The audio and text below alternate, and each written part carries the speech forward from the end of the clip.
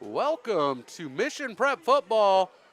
The home opener has arrived here at Alex G. Spano Stadium, Mustang Memorial Field. Game 2 of the Mission Prep Royals 2024 campaign. Looking to kick the home opener off with a win after a tough season opener loss to Santa Fe Christian in the greater San Diego area 2 weeks ago. I'm Brian Stanley. Joining me, my partner in crime, as always, Stephen Hodges. And this is Mission Prep Football on PSN TV, brought to you by Hyundai San Luis Obispo. Mission Prep alumni owned and operated. Stephen, great to have you back in the booth. Yeah, I did see you guys in New Mexico last week. What was the deal with that? New Mexico? Yeah, Santa Fe Christian? No. Santa Fe Christian in San Diego. Oh, 2 weeks this ago. explains a lot. Yeah, I guess that's why you weren't there. Huh. We got our travel plans mixed up. I'm still going to be able to expense that flight, right?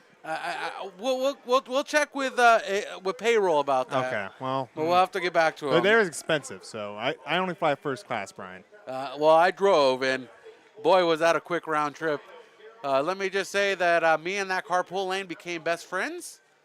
And I had a story to tell that officer in case I did get pulled over, who my passengers were.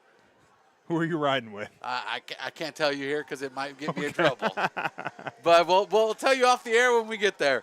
Moving on. It would have kept you out of trouble, so I don't see what the issue is. Let's keep going. We got a beautiful game here tonight. I do want to start off with this. We're Kern Valley coming in from Lake Isabella in the eastern part of Kern County, up in the mountains, ravaged by wildfires. I do want to say, as much as we're having a fun time here tonight, we do recognize that over 220 structures were destroyed in the fires around Lake Isabella, and we do have them in our hearts going forward. It was a very serious fire, I believe the worst in Kern County history. So we understand that that's kind of overshadowing this, but we also understand that this is an escape from those types of situations. So we want to recognize that off the top and move on with football.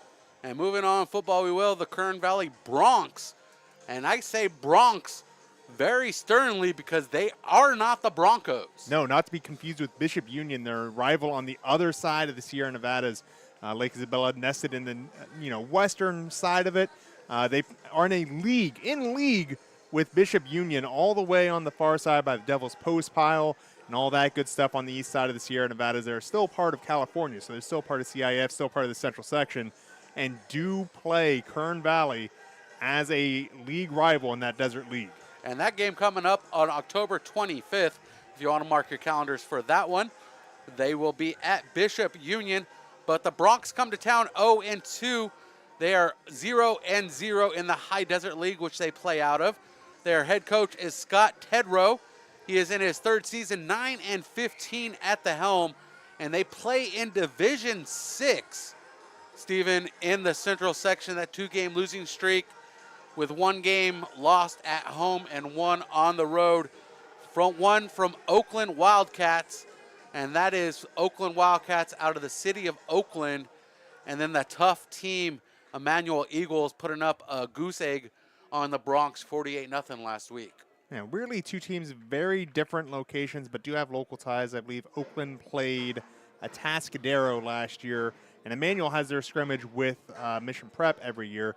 In fact, including this year, there's some good coaching connections between the 2 teams. I had a chance to talk to Coach Schuster. He felt like his scrimmage with Emmanuel went really well this year, and he felt like they grew a lot, which is the whole point of the scrimmage. And so, as much as you want to say, like, well, they scrimmaged here and they did this, it's hard to, match one-to-one what exactly is going on with, Emmanuel in the scrimmage versus Emmanuel in the regular season. And the team colors for the Kern Valley Broncs, blue and gold. Their athletic director, Brianna Mundy, assistant coaches, Brent Mixon, Corey Mixon, Donald Brinton, Evan Moore, Frank Woody, and Wes Woody. And the matchup for this team is the 3rd time since 2018. The last 2 times these teams met, we saw the likes of Mark Rodriguez, Brian Colwell, Dalton Strauss, Asani Berkeley, and Carlton Brown on the field in the early days of Coach David Schuster's tenure here at Mission Prep?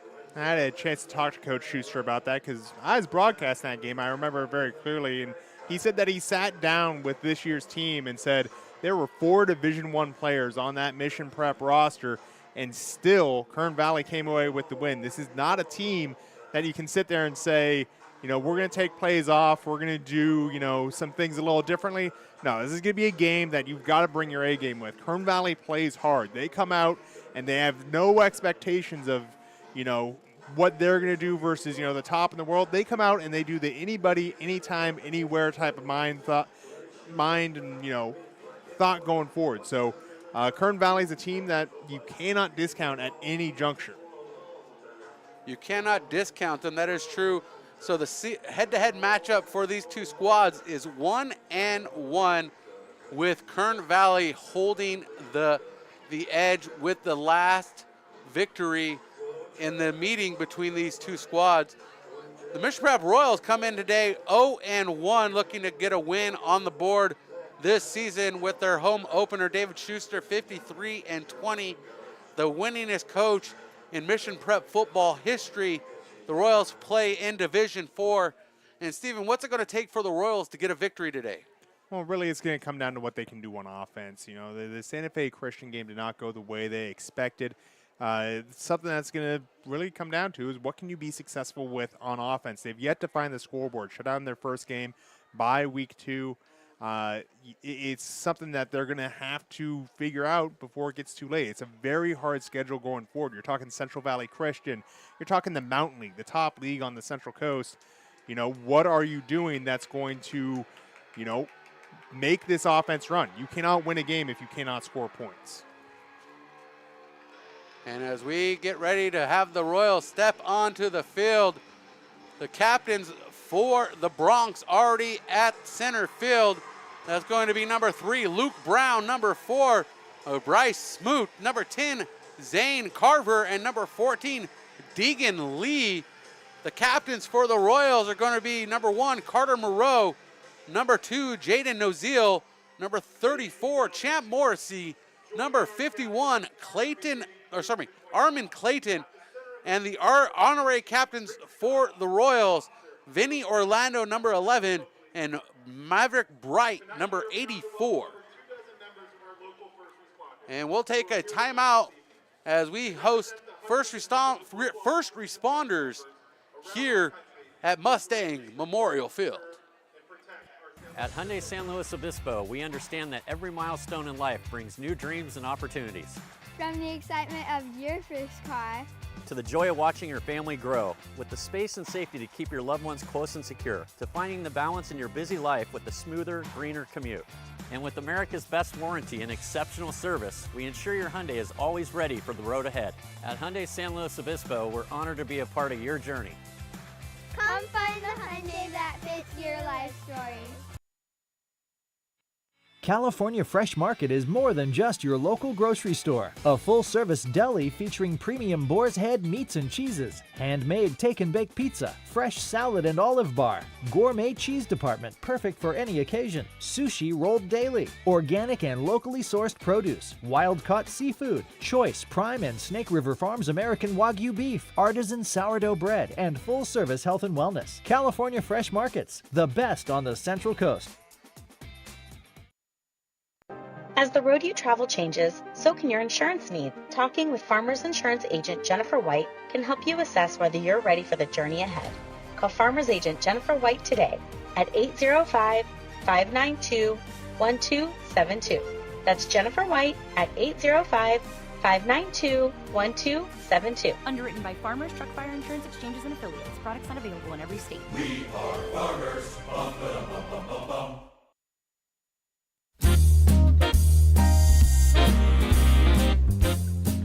Hi, this is John Thea with The Automotive. Someday, and that's my son Tom singing. You can feel a glow when it comes to the way your car looks when you bring it to Thea Auto Body.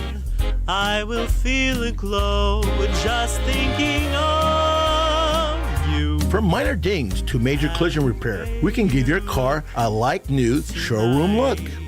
We can straighten and repair any frame type using ultrasound technology.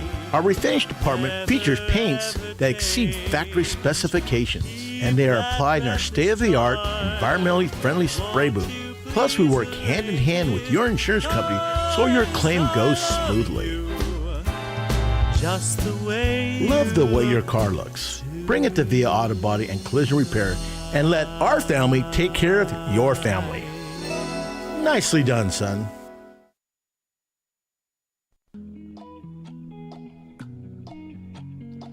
Old San Luis Barbecue, a proud supporter of Mission Prep football. With 2 locations in SLO, Old San Luis Barbecue Company is the local spot to enjoy the best barbecue on the Central Coast. Check out their locations on Higuera and Broad, or order delivery with a third-party partner at Old San Luis Barbecue Company, proud supporters of Royals football.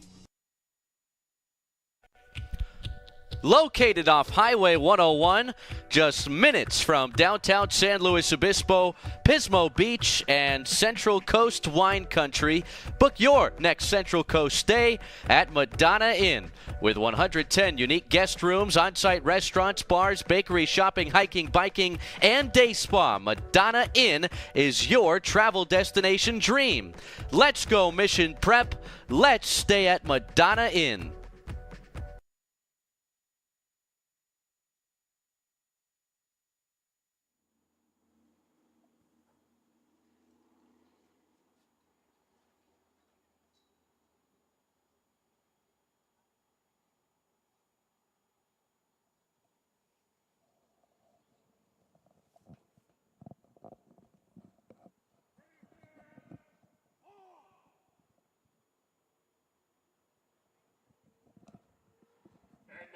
Please join Tara Anderson, our rock star, in the singing of our national anthem.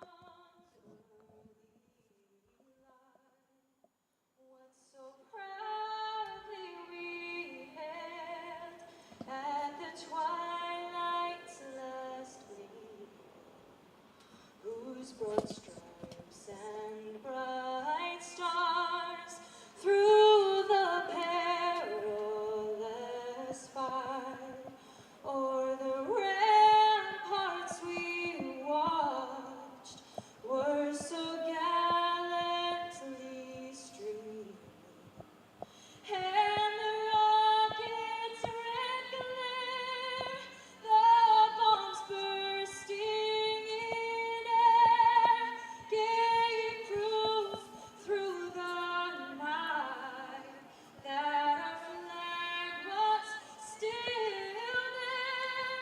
Oh, say does that star-spangled banner yet wave o'er the land of the free and the home of the brave.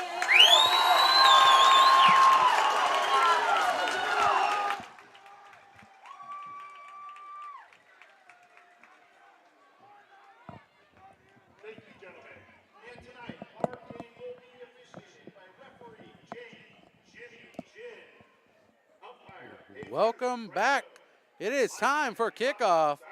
Pre-game under our belt. Stephen Hodges back to my right.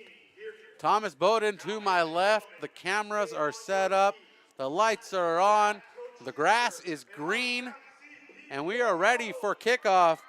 Kern Valley, the Bronx, winning the coin toss, choosing to receive the opening kickoff here at Mustang Memorial Field. We are live on PSN TV. I am Brian Stanley. We appreciate you being with us tonight for Game 2 of Mission Prep Football this 2024 season. The home opener here at Alex G. Spanos Stadium from San Luis Obispo, California. Yeah, back deep to receive for the Bronx are going to be Aiden Matthews and Zane Carver. They're 2 big playmakers. Expect Zane Carver to be a big part of the offense. He's their quarterback and, kind of do all back there. Lincoln Bloom kicking off for the Royals here. And we're getting ready to get underway. And we're underway here in this presentation driven by Hyundai San Luis Obispo. And the return out to the left side for Deegan Lee. Out towards the 30-yard line, taken down by a group of Royals. Down at the 27-yard line, 1st and 10 for the Bronx. Well, Mission Prep starting out on defense, but that's likely how they wanted that to happen. Expected to be a big day for the Royals on defense. Last time they were outplaying the Bronx, they recorded 9 sacks in 2019. Connor Borges leading the way with 3 of them. Working in a shotgun, Zane Carver. And the snap, the handoff to his running back who falls forward for a short gain, Tevin Watts. The 5'8" running back with a short gain up the middle, 2nd down for the Bronx. Ball spotted at the 32, a 5-yard pickup. A lot of yards after contact. He, got hit well enough to take him down by the line of scrimmage, but was able to keep his feet under him and dive forward for those extra yards. It's a lot of yardage on 1st down. Let's go ahead and bring that scoreboard in, something we don't want to leave our fans waiting on for the clock. And the taken down in the backfield, that is going to be a loss on 2nd down. Like Blake Bauman in the backfield there. They're going to say Ethan Ferralis. I was reading the wrong roster. Ethan Ferralis, of course, number 54 for the Royals. Blake Bauman for the Bronx, but able to win his battle one-on-one with the guard, get into the backfield and get a big hit. Take back all that yardage he just got on 1st down. 3rd and long for the Bronx. 3rd and long with Carver in the backfield. At quarterback, Lee, the single back with him. 3 receivers to his right. He looks to his right, throws out, finds his first choice, Deegan Lee, and that is a 1st down at the 40-yard line. Moving the sticks for the first time are the Bronx. Deegan Lee with a beautiful start to that route, just straight up 5 yards and then cutting in with the post, finding the soft spot in the zone. And good job reading the play there by Zane Carver. Was able to deliver a ball directly into the chest of the wide receiver. Didn't get much afterwards, but that's all they needed for the 1st down. Carver with 2 receivers to his left. Keeps it himself on the shotgun snap. And closing in on him was the swarm. Gabe Amata leading that one for the Royals. A short gain on that carry. Great job by Gabe Amata keeping that end. The entire line was slanting towards the left. They're all going to the left. The play ended up going to the defense's right. It's up to Gabe to keep that from bouncing all the way to the outside for a big gain. Keeps the corner well, brings the play back to the inside. Short gain for the Bronx. Full back into the formation. Hinckley gives a block. And nowhere to go for Watts. And the fullback, Daniel Hinkie. No gain on that one. 3rd and 10 for the Bronx. 9:14 on the clock here in the 1st quarter, Mustang Memorial Field. And you got to say, the defensive line has won every one of these plays so far. There's either been contact or a play behind the line of scrimmage or just no clear running lane on each of these plays. D-line doing a great job for the Royals so far. Ball spotted at the 40, 3rd and 10 for Kern Valley. Moving on the snap, out to his right, rolling out of the pocket, being chased down, and the throw out of bounds. And Sean Rivas in bounds on that one. Aiden Madden, the intended target down the field, but it's really a hope ball. Aiden Madden did a good job keeping that window open, running down the very edge of the sideline, but really no hope on that one. It's going to be 4th and long here. They're lined up in a standard set, but I wouldn't be surprised to see a pooch punt out of this formation. Noziel, the deep man for the Royals. In bad form on the PA announcer. Mispronouncing Noziel. And the pooch punt Bounces at the 24 into the 15 and will be down at the 10-yard line by Carver. Correction, by Lee out there. And the Royals start with 1st and 10 from their own 10-yard line with 8:28, their first possession of the ball game. And the Royals begin their home opener on offense for the first time. You know, I love the pooch punt out of a standard play formation. You can, you know, have a play drawn up that'll execute on having one guy deep out of the coverage. You can also do, you know, the RPO, the run punt option, have the quarterback boot out and kick it if he doesn't have the lane ahead of him. It's something I expect to see more and more going into the future. Thomas Glenn working from the shotgun. Ball spot at 10, handed off. Kardashian up the middle. And a good gain for a first down on his first carry. Now it looks like Miles Thompson actually got back on that one. Yes, Miles Thompson. He's been a great running back. It's great to see him get some lead back duty here. First carry, first down, and again gets the look. My correction on that one. I was anticipating Kardashian being out there. Miles Thompson getting a couple yards off that one. It looked like a missed combo block. The lead coming through is Daniel Hinkie with the tackle for the Bronx. Third and, shouldn't it be 2nd and 8? And the carry by Thomas Glenn brings up a 3rd down. And a dog pile brings the whistles to clear the mess. It is 3rd down and short for the Mission Prep Royals, 7:35 on the clock. Should be 3rd down. There's some bad box discipline going on here. They say it's 4th down. I'm waiting. There we go. The correction from the linesman on 3rd down there. I was confused by that at first too, but Thomas Glenn with the pitch option, keeping it himself. And tied up at the 30-yard line. Short gain for Thomas Glenn. Speed option's a beautiful play. Just got to have that confidence that when the DN's coming down and you get the pitch, looks like he had the, thought he had the run lane and was coming in, kept the ball. I think there would have been more on the pitch option there as the defense definitely declared they were not going to let the quarterback run the ball there. The handoff to Thompson. Thompson covers the ball and pushes forward, turning out to the 39-yard line. And that's a first down for the Royals. Beautiful first down there by Miles Thompson. 2nd first down of the night for the Royals. 2nd from the legs of Miles Thompson. He just carries so much acceleration through the line. He has no fear as he's approaching jerseys of another color. And that's going to serve him well in that running back position. And this pass knocked away, batted down at the line of scrimmage.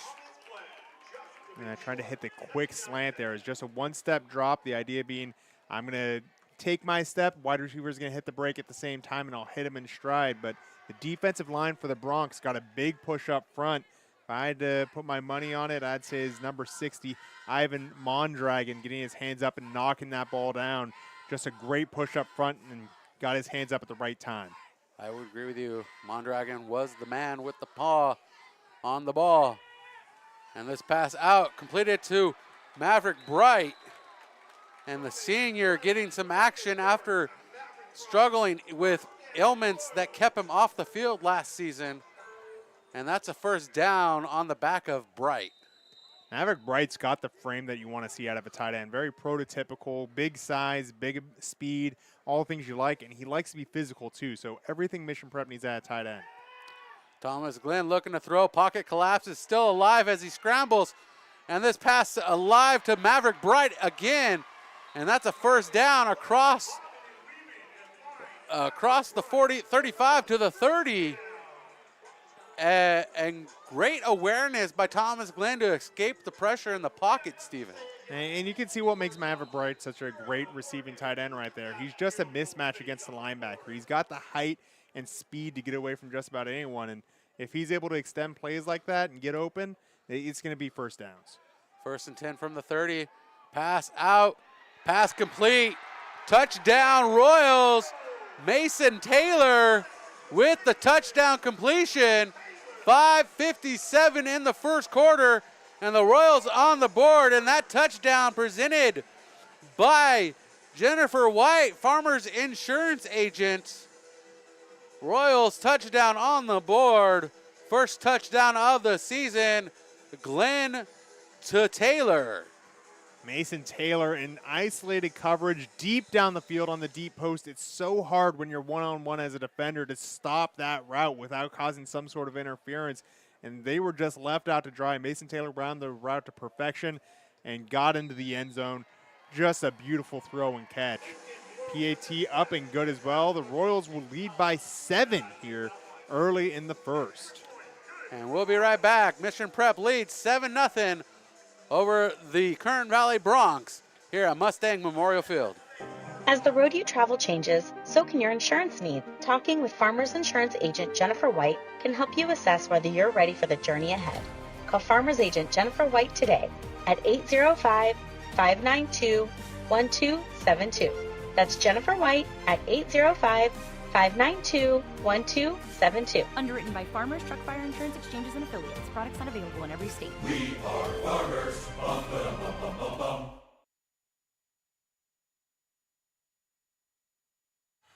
Welcome back inside Mustang Memorial Field. Brian Stanley, Stephen Hodges, Mustang Memorial Field, where the Mission Prep Royals lead 7-0 over the Kern Valley Bronx. Bronx getting ready to receive, and back to receive is Aiden Madden and Deegan Lee. And kicking off for the Royals, Lincoln Bloom, 5:57 in the first quarter. A 30-yard touchdown, Thomas Glenn to Mason Taylor, and we're on the books. And first touchdown of the year for the Royals, and a beautiful one at that. I mean, what a throw. And this kick drops in at the 21-yard line, scooped up by Madden. And a short gain. And the second drive of the quarter begins for the Bronx here at Alex G. Spano Stadium with a beautiful sunset over the mountains behind us. Yeah, I'd say they may not be your prototypical kickoff kick, but the sky kick that's right into a soft spot in the kickoff returns cover area, that is a thing of beauty. Having the ball actually hit the ground as you're looking to go cover it gives your cover team such a chance to make something big happen.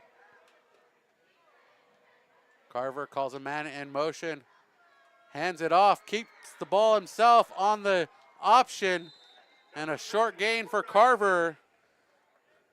And Tristan Beckham was the intended man in motion.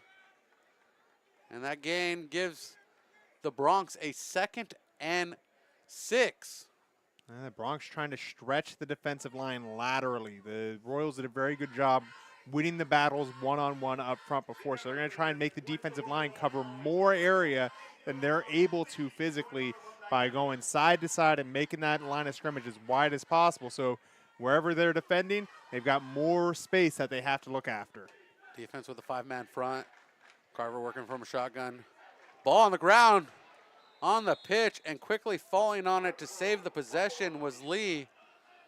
And that's just a miscommunication between your quarterback and your running back. You know, I'm not sure if that was the case of miscommunication so much as he didn't have good control of the snap in his hands, and because he knew the running back was leaving, he rushed to get the ball out, and that's something that's very hard to get through to a quarterback. Is it's more important to have control over the throw than to get the throw on time in a situation like that. If it's a forward pass, it's not an issue. In fact, they would have saved yardage. And that correction, that was Watts, who was the intended running back. And this a deep pass, and that pass falls short. The intended target, Bryce Smoot, and the coverage provided by Carter Moreau across the 50-yard line. Looks like Miles Thompson got a hit on the QB as well. They're coming out off the edge.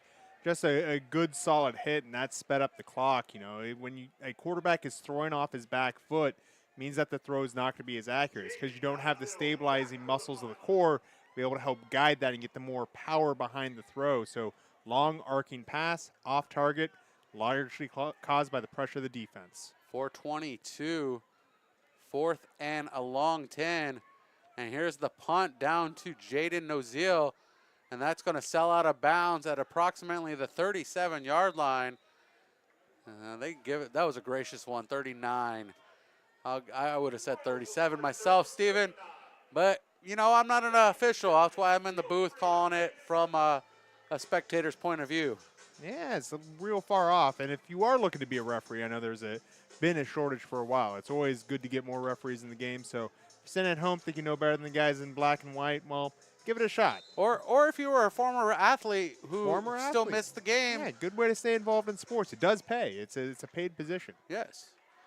And the Royals, with their second possession of the first quarter, first one ended with a touchdown from Glenn to Taylor, and that pass out to the right side, complete to Jaden Noziel. And coming up just short of the first down, it's going to be a 2nd and 1 for Mission Prep here, as they caught me off guard with that quick fire first down. Working from the shotgun, single back in the backfield with him. Shotgun snap. Ronnie Kardashian into the game now. That pass to Taylor over his fingertips. A great leaping attempt, though, to bring that ball in. And something that's a little different about what the Royals are bringing to the game that they didn't in 2019, the last 2 times these two teams played each other, is pace. They're trying to get a playoff every 10 seconds. They're trying to move with speed and purpose, and you're seeing that a little bit more. I mean, most of the time I've had some time to chip in the past, but here they're going quick. And 3rd and 1 for the 48-yard line of their own. Trying to get across the 50 for the second time in this game. And the handoff complete to Kardashian. And Kardashian brings it across the 50 for a 7-yard pickup. Ball spotted at the 45 of the Bronx. First down Royals, 3:38 on the clock. He's got some big shoes to fill in if he's trying to catch his cousin. Dalton Strauss had 90 yards when they played the Bronx last time, but he also added on to that 15 tackles, 2 for a loss, including a sack. He had quite a game the last time these teams came together. That being in 2019, and that handoff to the right side comes up for a flag on the gain. Carter Moreau with the carry. Trying to see where exactly this flag got thrown to see if we're looking at holding or something that's potentially pre-snap. It's about 3 yards down the field, probably going to be a hold. Indeed, they're going to mark off a hold on the offense 3 yards down the field. So going to come up with one of those awkward 3rd and 17s, I believe. Or sorry, 1st and 17. Not a normal down and distance. If they could get there. They're trying to figure it out, talking it over. Where did it happen at? Where did it go? Who did you see? Yeah, you know, it's all they're doing all the W's of journalism. Who, what, where, why, when, how. You know, getting the headline. Got to make sure that you put the right byline in there. Are we in San Luis Obispo? Should the byline say Cal Poly? Because, you know, it's kind of an unincorporated area. It's very complicated journalism and refereeing. So there we go. First in a million miles. We're back across the 50 at the 49. 1st and 17. 1st and 16. 16. All right. And a throw down the line. Kardashian gets this one and gets it across the 50 yet again. Does Kardashian with the shoestring tackle and would not let go. Was Beckham with that shoestring. The agility of the Kardashians and Strauss family astounds me to no end. There's something in those genetics that's just unbelievable, and Ronnie is no exception to it.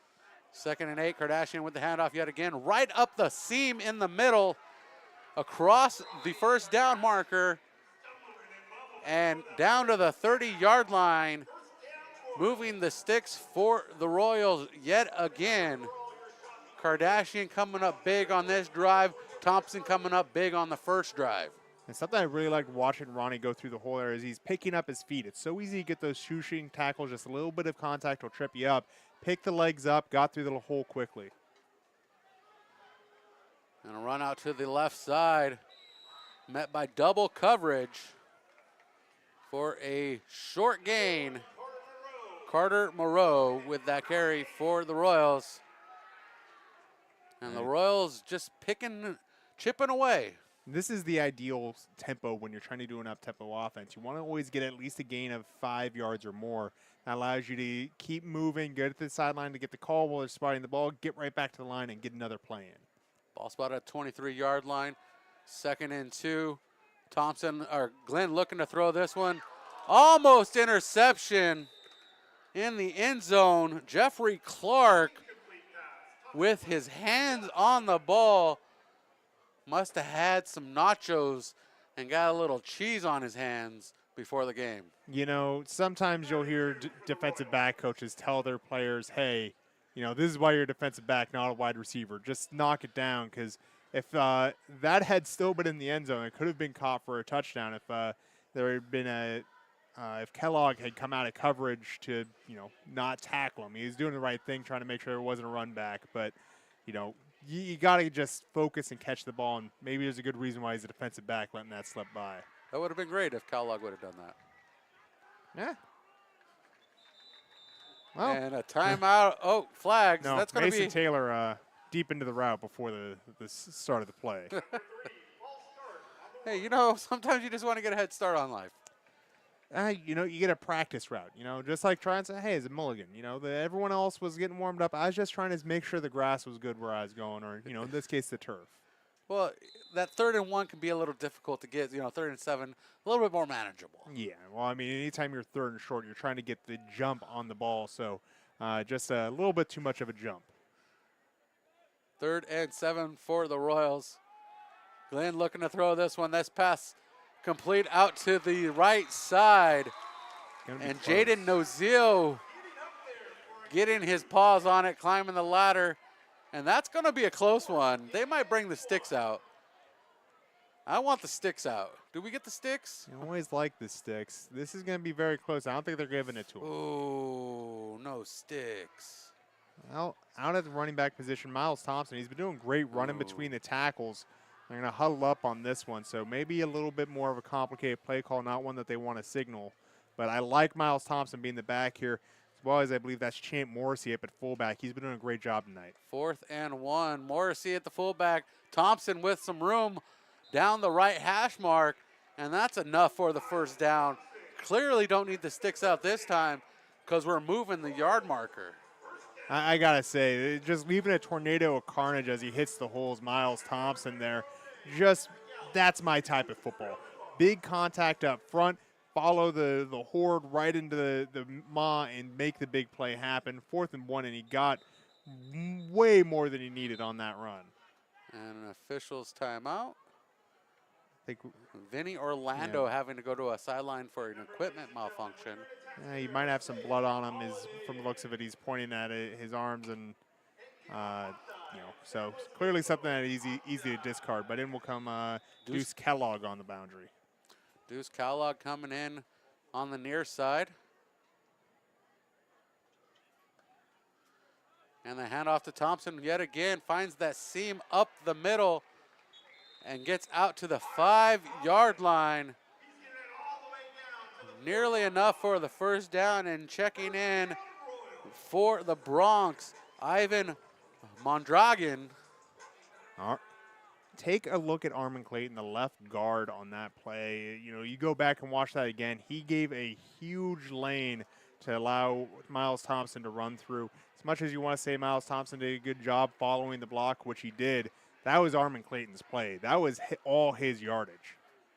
And they give him the first down, 1st and goal for the Royals at the 5. Handoff to Thompson is a fake, and keeping it is Glenn for the keeper. Out to the left side, and Thomas Glenn in for the score from 5 yards out. And the Royals lead 13-0 with 21 seconds on the clock, and that touchdown presented by Farmers Insurance agent Jennifer White. Yeah, you got to get Miles Thompson the ball on the goal line here tonight if you're Coach Schuster. I'm going to be mad if he doesn't get a touchdown. The touchdowns that have happened so far have largely been because he's got a spotlight on him that's getting everyone drawn in, including you, thinking that he was carrying the ball. All that great play fake, all of the eyes coming forward, and he gets into the end zone was Thomas Glenn. PAT blocks. It'll remain 13-0 as the Royals are going to kick off again. We're still here in the first quarter. The kick no good on that one. And we go to the kickoff in just moments. We'll be right back.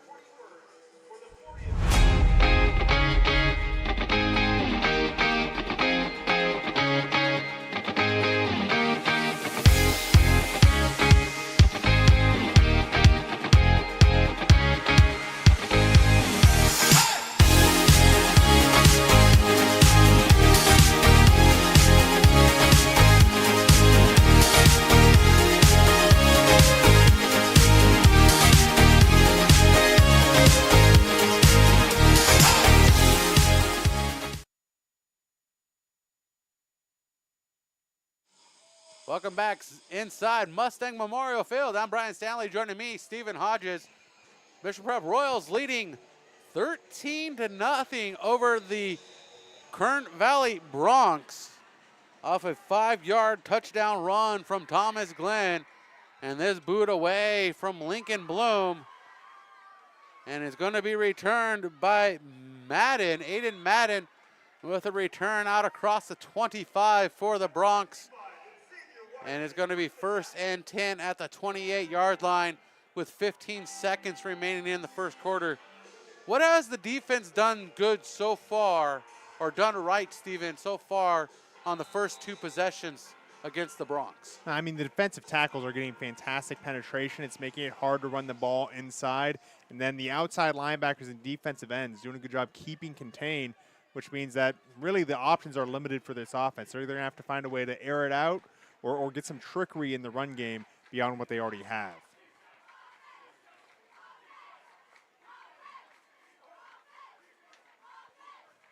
And the sweep out to the right on the keeper and tied up at the line, met by Ethan Ferralis.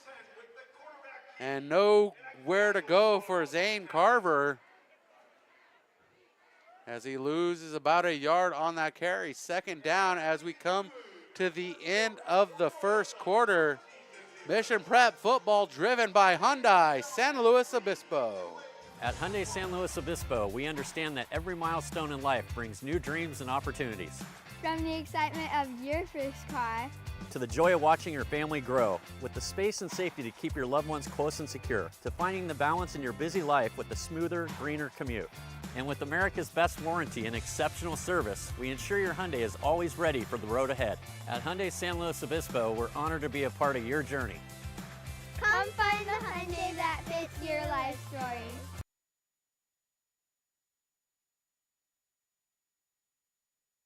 As the road you travel changes, so can your insurance needs. Talking with Farmers Insurance Agent Jennifer White can help you assess whether you're ready for the journey ahead. Call Farmers Agent Jennifer White today at 805-592-1272. That's Jennifer White at 805-592-1272. Underwritten by Farmers Truck Fire Insurance Exchanges and Affiliates. Products not available in every state. We are farmers. Bum, ba-dum, bum, bum, bum, bum.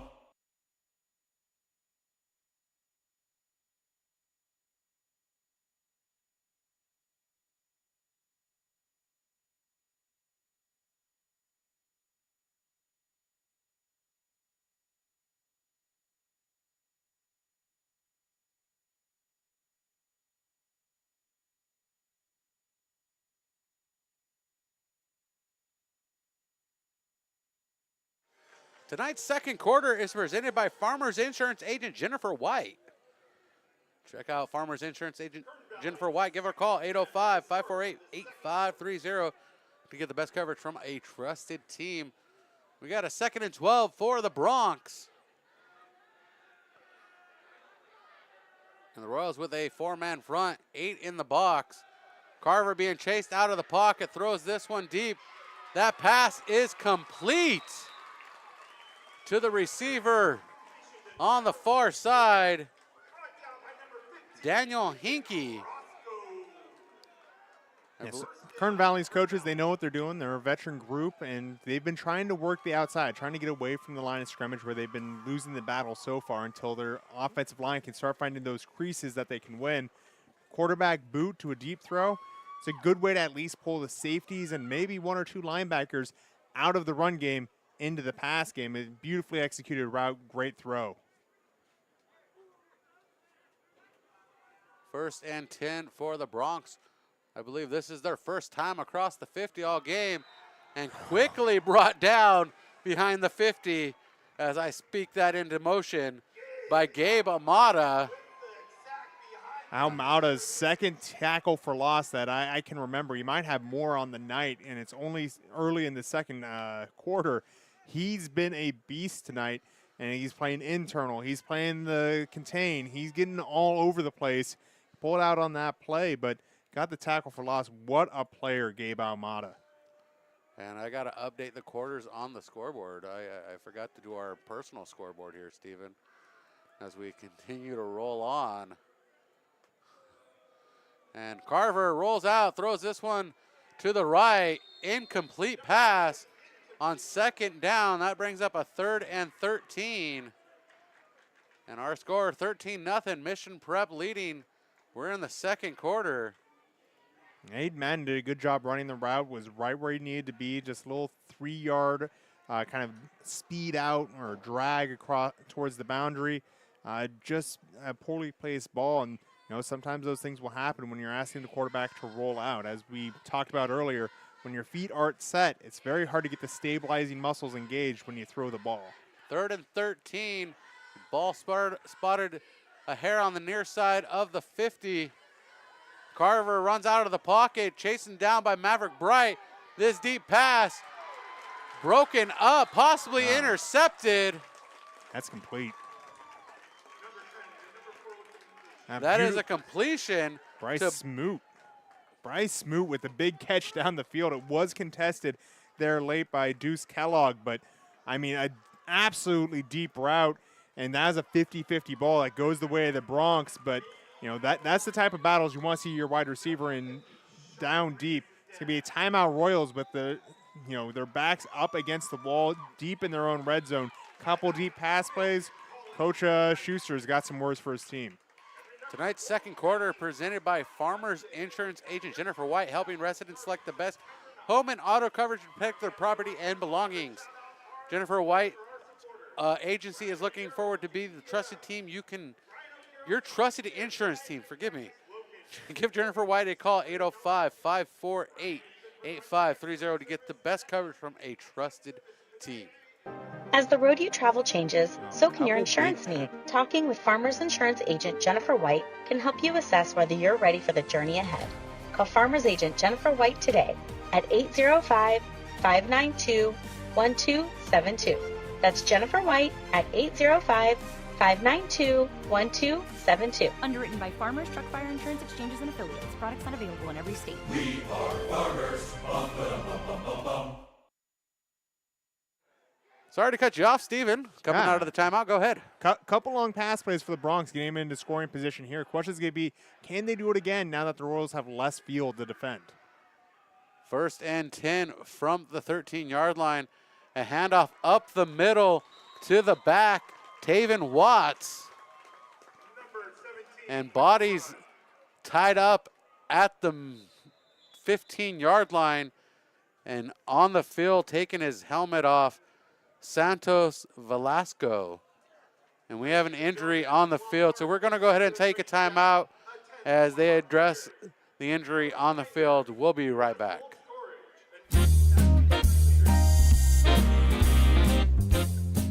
Hi, this is John Thea with The Automotive. Someday, and that's my son Tom singing.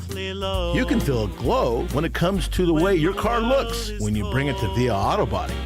I will feel a glow just thinking of you. From minor dings to major collision repair, we can give your car a like-new showroom look. We can straighten and repair any frame type using ultrasound technology. Our refinish department features paints that exceed factory specifications, and they are applied in our state-of-the-art, environmentally friendly spray booth. Plus, we work hand in hand with your insurance company so your claim goes smoothly.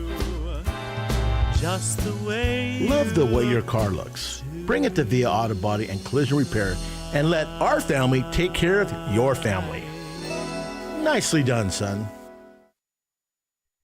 Sunday Car Wash is a proud partner of Mission College Prep Football with 4 locations on the Central Coast. Find out why they were voted the best car wash in SLO. They offer an unlimited membership for as low as $19.99 a month that includes perks like free beverages, towels, and air fresheners with every visit. Sign up in person or online and get 50% off your first month. That's Sunday Car Wash, a proud sponsor of the Royals.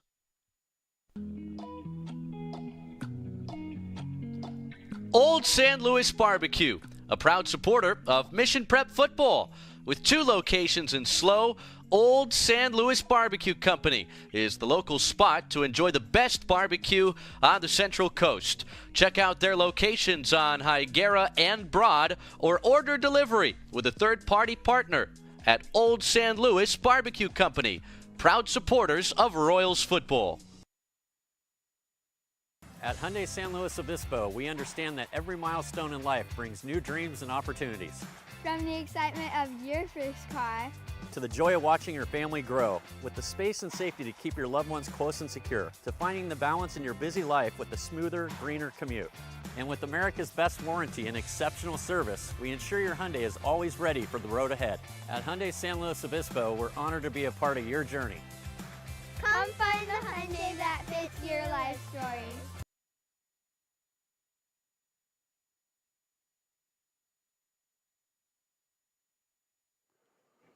And Santo Velasco is helped off the field by his teammates and trainers, including Maverick Bright, which is only, I feel, only practical that because Bright is one of the tallest players on the field. And he needs the big guys around him at this point. Yeah. Yeah. So the height helps relieve the pressure from the lower extremity. We believe it's a knee, possibly ankle. We're speculating. We have no idea. Nobody's told us a darn thing. So we don't know. We're speculating. We're being sideshow doctors. Well, something we do know, it's second and medium here in the red zone inside the 10-yard line. And last play, the Bronx got a good push up front, a sly move in the middle of the line, got some good yardage. So Royals in trouble. Second and goal from the 4.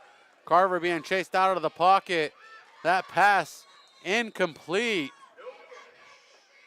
Pushed out of bounds. Looked like Lincoln Bloom was the one on the coverage, bringing the pressure into the backfield. Looked like Daniel Hinkie, the fullback that was intended for. They like finding those plays along the sideline. It's a popular place to place the ball because only your player can catch it, or it's going to be no play at all. And in this case, they're happy to have it take another chance because really you're in 4-down territory. Worst case, you kick a field goal on 4th down. I was confusing myself here. It is 3rd down, and the ball is on the 7. I thought it was on the 4. 3rd and 4 to go. And taken down for no gain.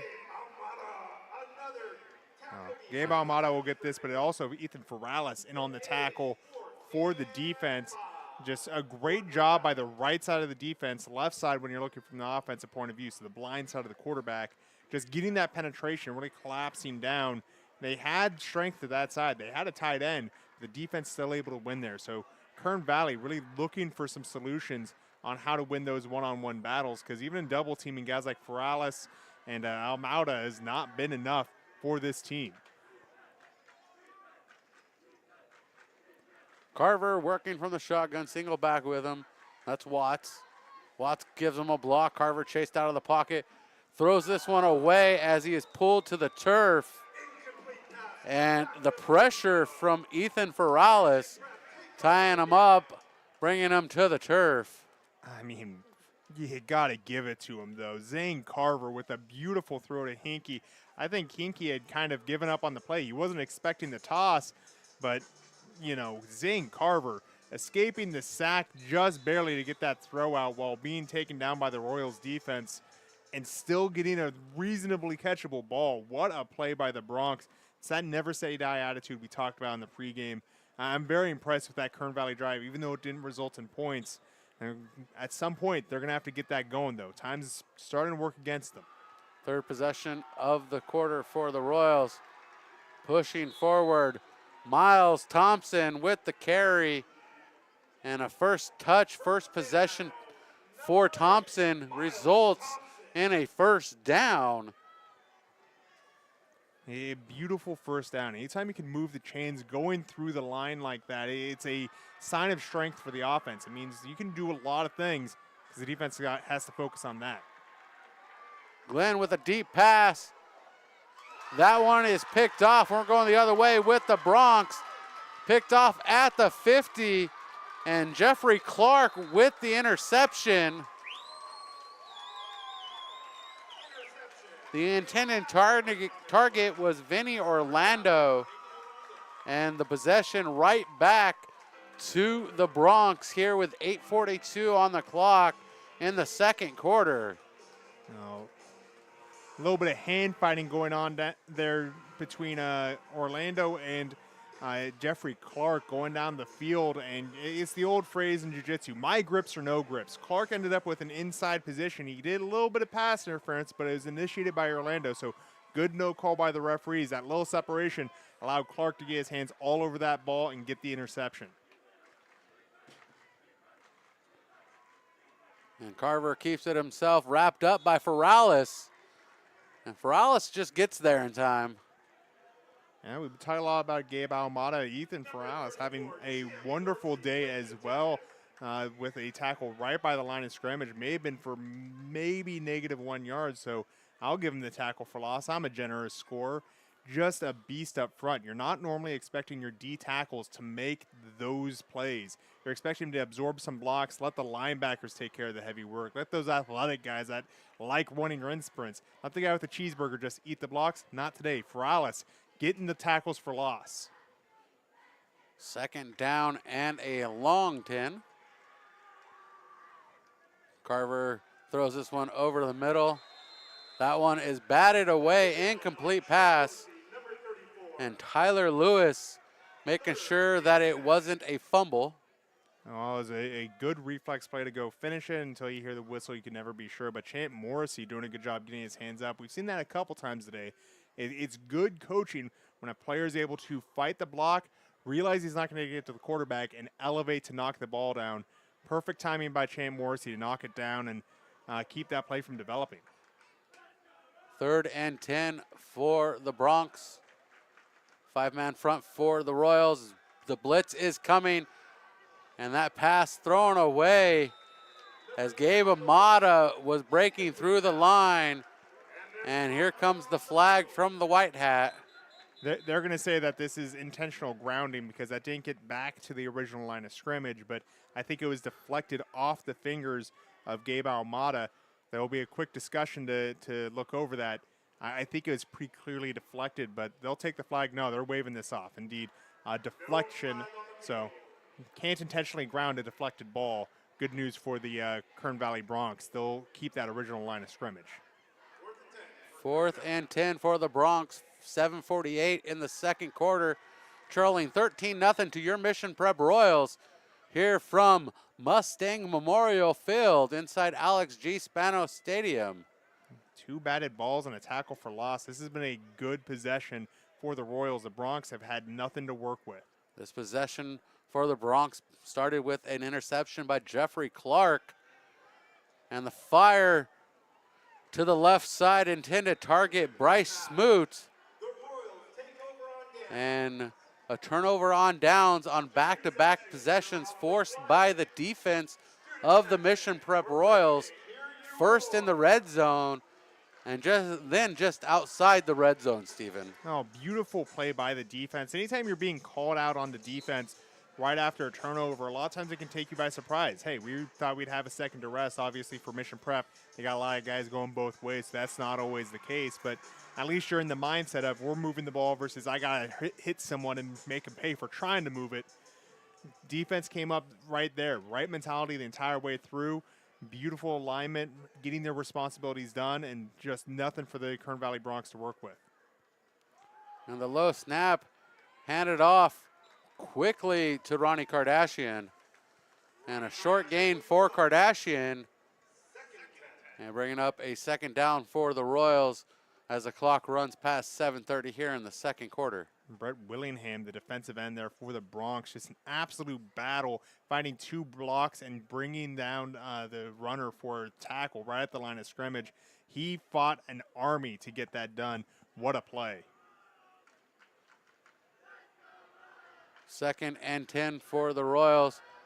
A mix-up between Kardashian and Glenn calls the audible midway and picks up plenty of yards to bring up a 3rd and short for the Royals, a 9-yard pickup on the keeper. I'm such a fan of Thomas Glenn, man. He's such a gamer. He just wants to make the big play happen and always will fight. If something's a broken play, he's going to find what he can do to make something happen, and that's a great example of it. Just getting out to the outside and just playing with his heart, finding the open space and getting yardage where really that should have been a negative play. That was a miscommunication between the quarterback and the line and running back. That was not how that was intended to go.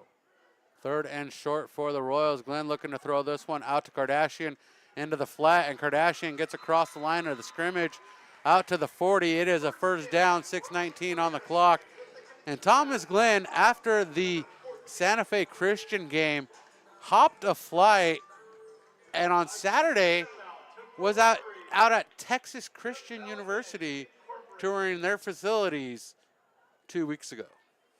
Ah, that's an impressive place. I mean, they ended up beating Stanford, who probably plays tomorrow. And Glenn fires this one out to Noziel, and Noziel climbs over 2 defenders to pull in the pass, jumping over Blake Embry and Jacob Redenis.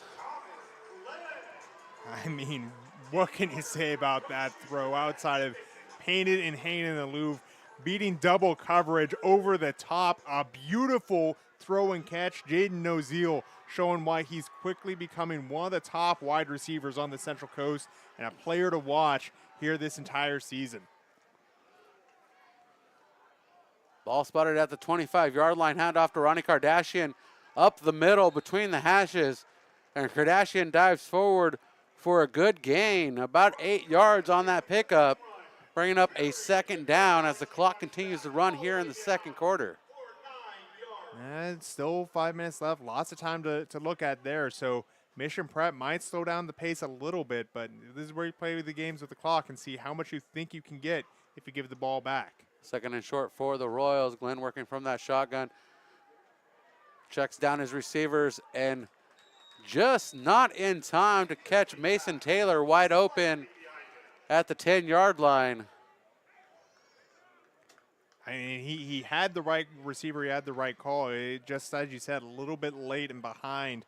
You want to deliver that ball forward. When you make the wide receiver stop or come back to that ball in the middle, he's going to be in a position where he could get lit up by the defense. So it's a safety issue. You want to lead the receiver anytime they're crossing the defense like that. And just didn't happen there, so it's going to bring up 3rd down. 3rd and 1 for Mission Prep. And this pass out to the near side, completed in Noziel, looking for the end zone, and does just that, finds the end zone. Touchdown Royals, 5:11 in the second quarter. The Royals find the end zone for the 3rd time. And that touchdown presented by Farmers Insurance agent Jennifer White. Give Jennifer White a call, 805-548-8530 to get the best coverage from a trusted team. Jane Noziel has been the open field guy for a while on defense, and really has developed into his own on offense as a go-to wide receiver. I think this is just the beginning of his story. His senior year. This one second blocked PAT by the Bronx. They got to feel all right about that, but something to work on for the Royals. Probably need to make sure those hinge guys on the outside get a little bit better of a chip. A 21-yard score.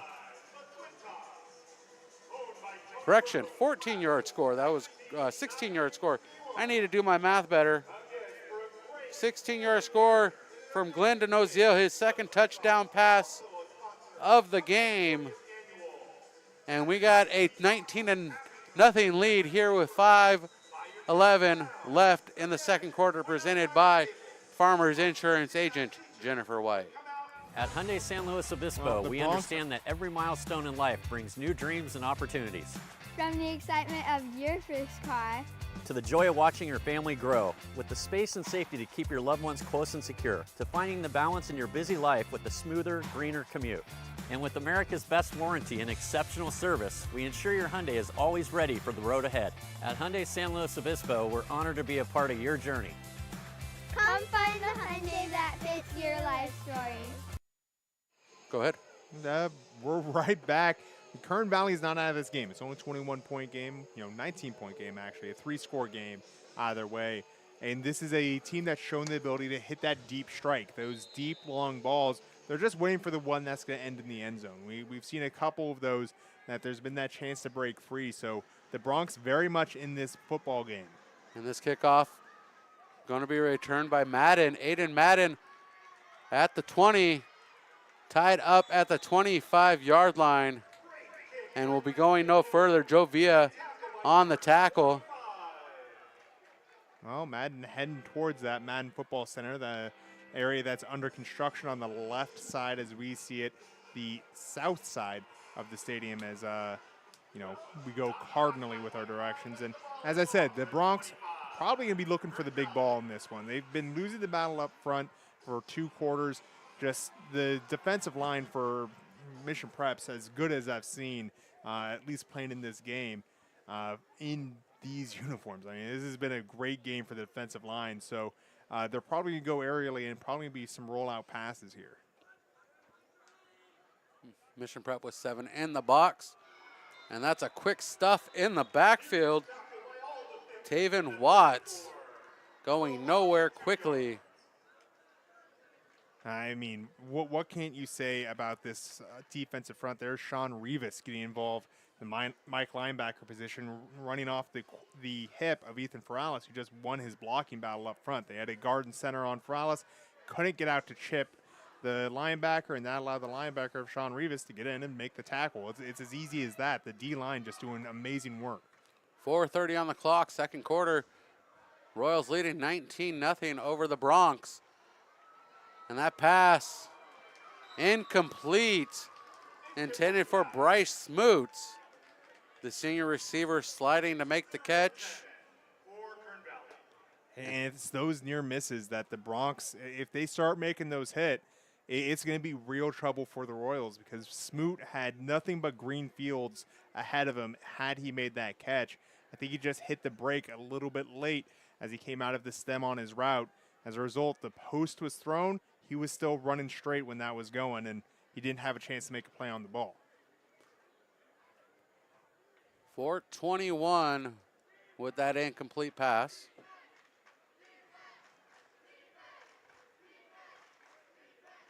Carver takes the shotgun snap, rolling out to his right, being chased down by Amata.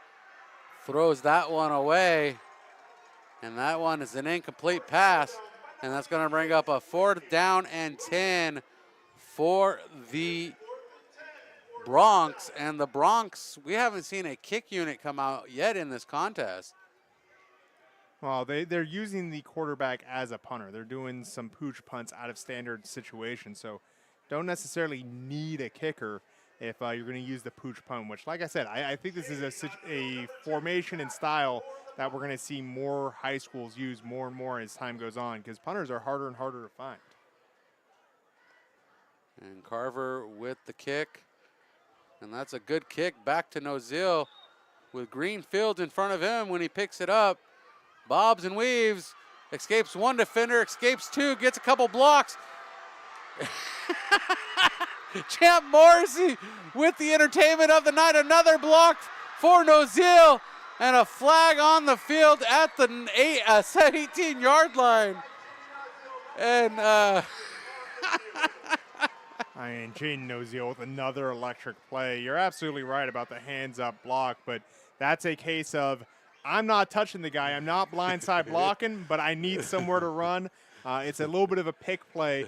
That's legal. If he had made contact, it would have been a legal blindside block, which I believe is actually going to be the call here, as it may have been a Roscoe. down the field, opening up that final lane for Jaden Oziel. So will not be a touchdown return, but still going to be an incredible return for the Royals. And I appreciate Champ Morrissey with the hands up block. Wait, the flag was all the way at the end there. They're bringing it all the way back. They're also going to say there was a flag back at the 36. I didn't see that initial flag, so I think they're also going to say an illegal block at the 36. Okay. So a beautiful return wiped out by some blocking. It's hard to block these pooch punt returns because, you know, you're using a non-standard return system. If you go to a standard return set, well, they've got to play in the huddle that's designed to exploit that. So illegal block against the Royals, going to erase that entire return, save 36 yards, and make that probably 26 yards. You got to appreciate Bluto for... 21 yards. So really, they flipped the field pretty well, actually. You know, you look at the end result. Yeah, the flag was down here at the 18. Well, the flag that they called was Correct. on the 36, yeah. So they pulled all the way back to the 20, to the 21, and it's 1st and 10 for the Royals. There was an era where that style of return would have been called a touchdown, but you know the blocking rules have been updated, thankfully, for player safety. And Glenn nearly picks this one off again as Deegan Lee gets his mitts on it. Oh, you can see they're looking for Maverick Bright. He's going to be matched up against smaller players. He's got a huge height to him, a great reach, good set of hands, everything you want to see in a tight end. Probably the best tight end for running routes that's been at Mission Prep since Carlton Brown, and that's some pretty lofty company to be up in. Of course, Carlton Brown went on to play in D1 for the Nevada Wolfpack and then Cal Poly after that.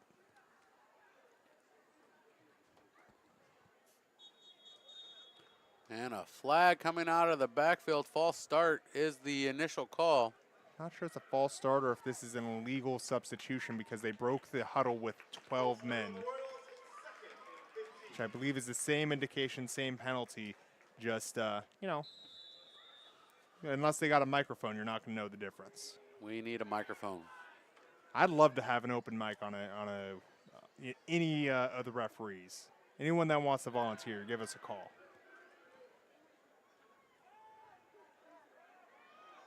Oh, beautiful. And Bright with the catch. One defender to beat. And he should have been down. I believe the protest by Jacob Rodines is correct that Maverick Bright should have been down at the 48 of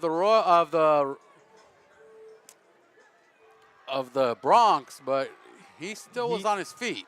He put his knee down onto the defensive back, that is Rodanius.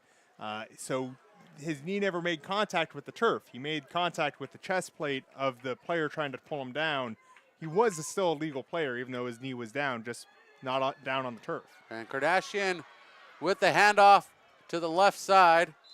And Kardashian picking up 9 yards on that carry. And whistles on the far side of the field. There's a flag on the 20-yard line. So something from the back judge that did not get caught before the play started. Well, they're indicating potentially a face mask. I saw the hand go to the face and then some pointing different directions. So we'll see here. 3:04 in the second quarter. Mission Prep leading 19-0. We are live from Mustang Memorial Field on the campus of Cal Poly San Luis Obispo. And just Cal Poly. Oh, you know, it's the flagship. You wouldn't say University of California, Berkeley. I would. Well, because I like to be that way sometimes. You know, that's all you. I will tell you, there's some people that get very upset if you call Cal Poly San Luis Obispo. There are some wonderful satellite campuses such as Cal Poly Pomona and Cal Poly Humboldt. I just recently learned about Cal Poly Humboldt. Well, it used to be, you know, CSU Humboldt. Correct. That's what I'm. Yeah. I was just shocked. got rebranded. Yeah. I was and shocked. It's because Cal Poly is such a fantastic academic university. Everyone wants to be there.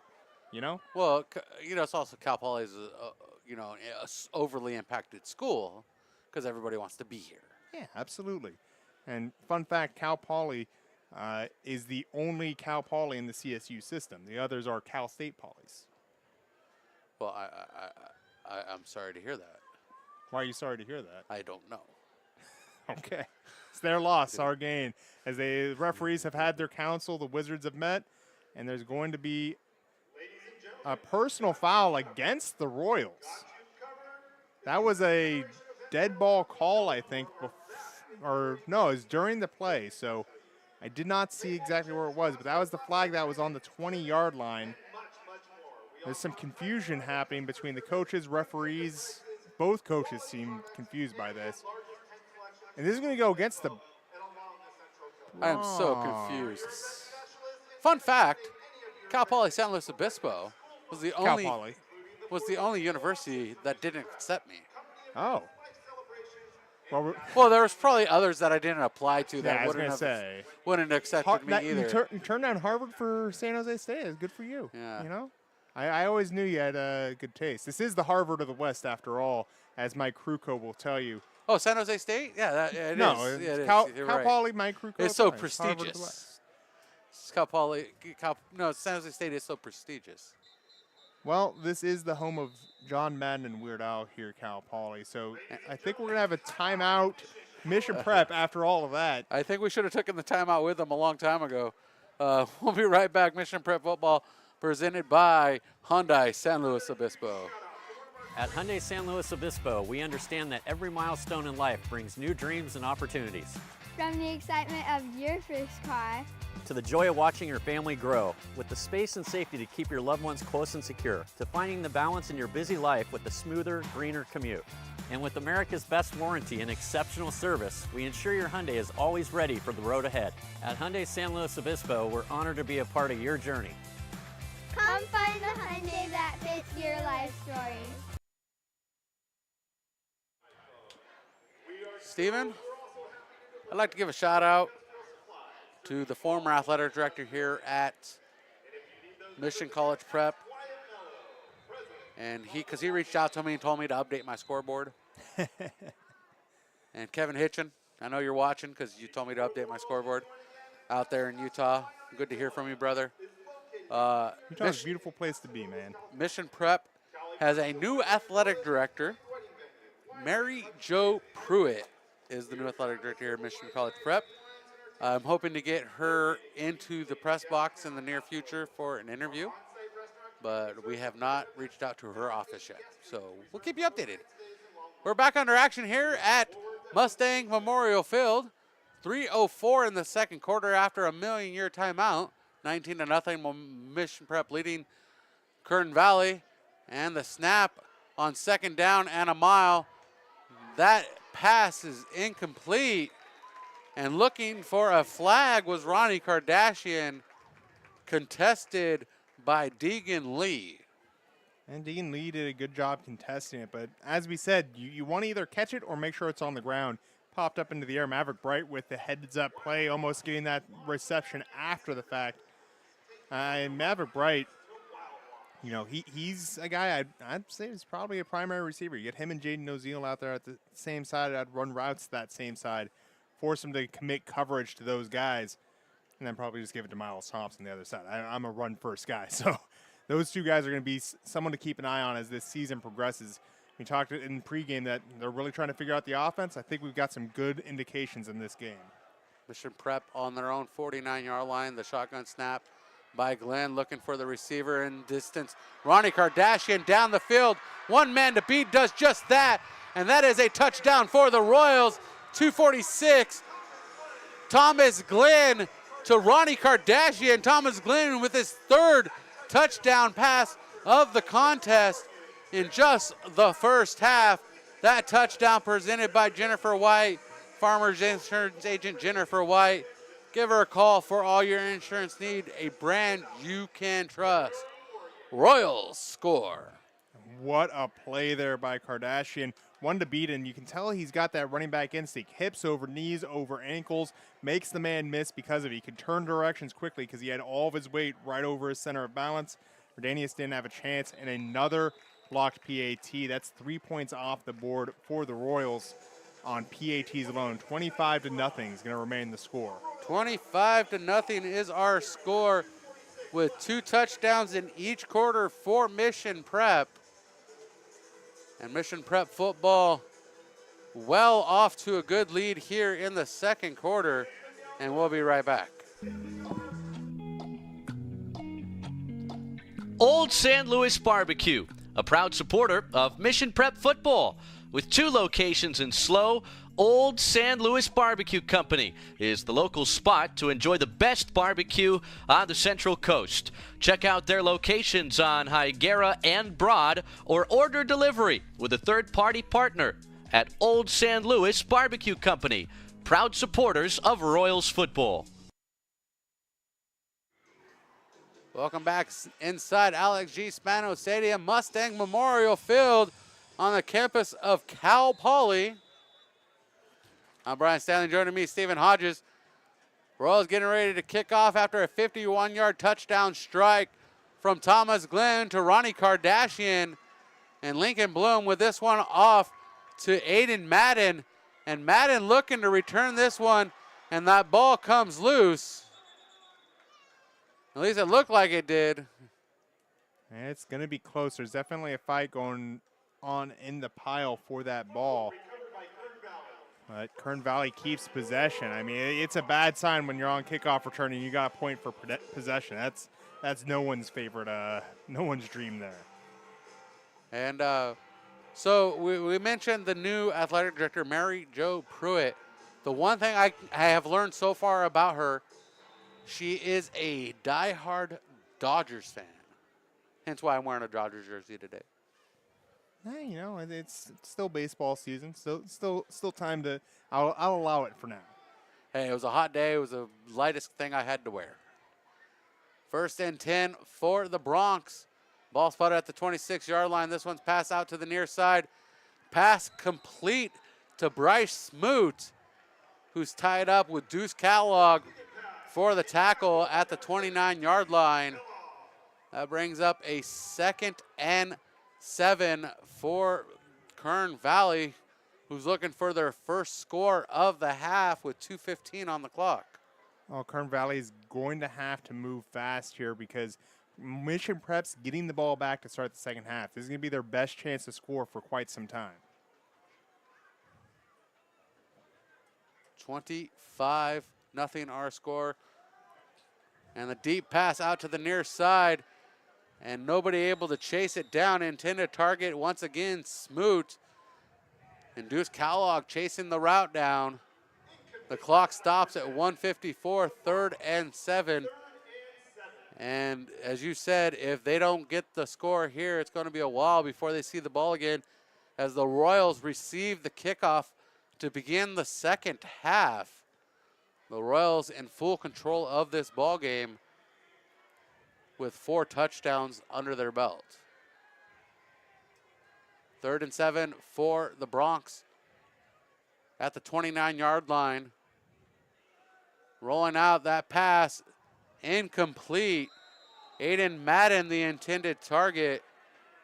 As Zane Carver is chased out of the target, and we have a flag. Yeah, Miles Thompson gave him a little bit of a shove. They're going to say that took him out of the pattern, made a catchable ball, an uncatchable ball, textbook pass interference. I'm not sure if I agree with that. I don't think it was a catchable ball to begin with, but there's going to be some discussion about where the contact happened when the ball was released. From where I was sitting, it did not look like a catchable throw. So we'll see the call here if there is one. Indeed, pass interference against the defense. So the 1:50 on the clock. The Bronx get a little bit of help from the pass interference call, bringing the Bronx out to midfield. 1st and 10 from the 44-yard line. A fresh set of downs for Kern Valley. And stay tuned for our halftime show, the California Fresh Market halftime show. California Fresh Market is your stop for all your game day party needs. Check out their famous hot wing bar. Get you all set up for all your game day party needs. Next time you're hosting a party for your watch party when we go on the road, be ready. Just stop by California Fresh Market.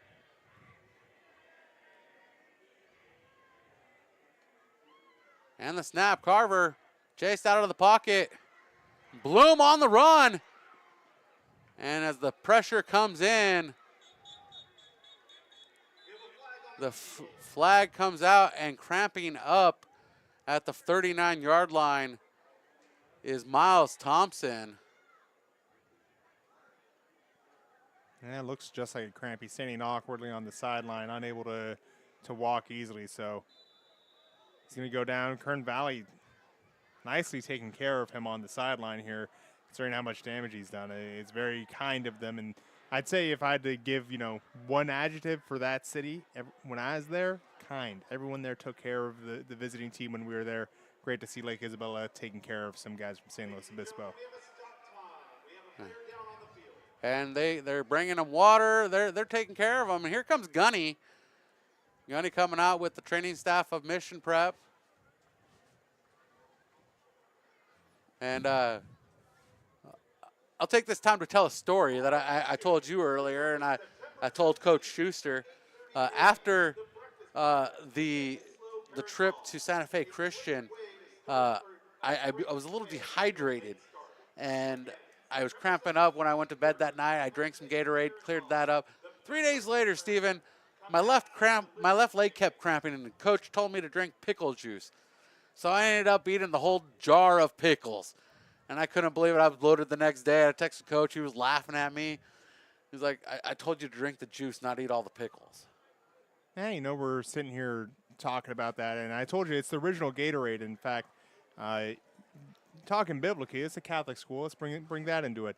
There's some debate about the story of the crucifixion when the Romans gave Jesus vinegar to drink, whether or not that was an act of kindness or an act of cruelty as he was being crucified, because there was a vinegar-like drink that Legionnaires used to drink that had electrolytes. It had, hydrating factors in it.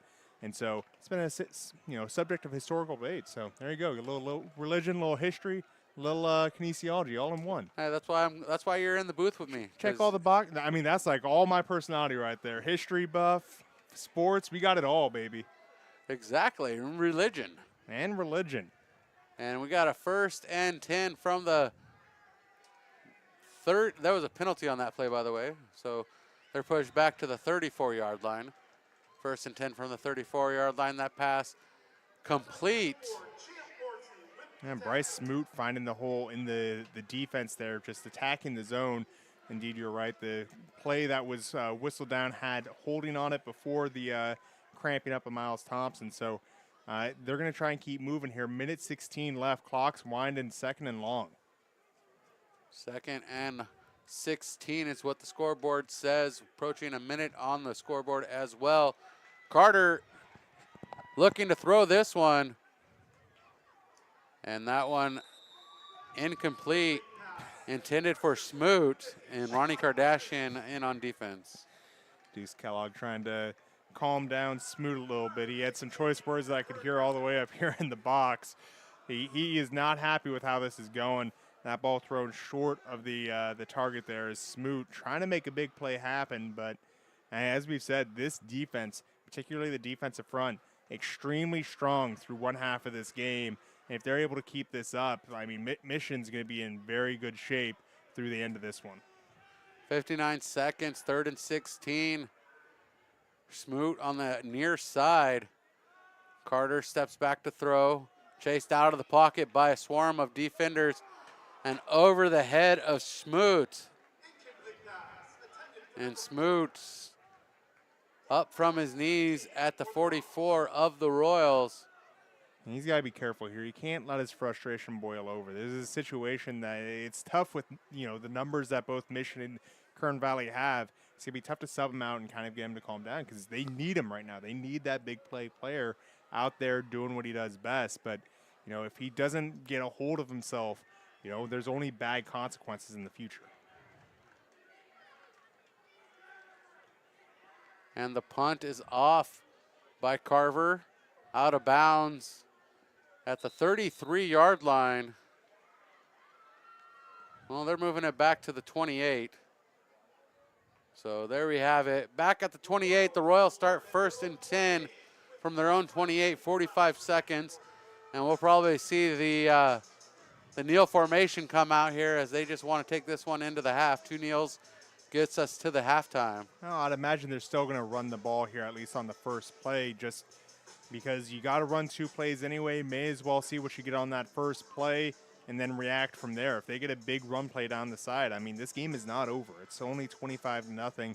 Mission Prep wants to make sure that's well in hand going into the second half. So I'd expect at least 1 play here.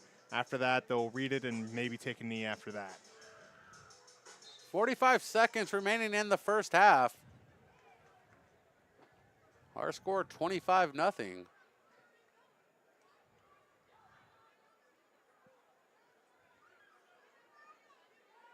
And the Royals break the huddle. Kardashian in the backfield with Thomas Glenn.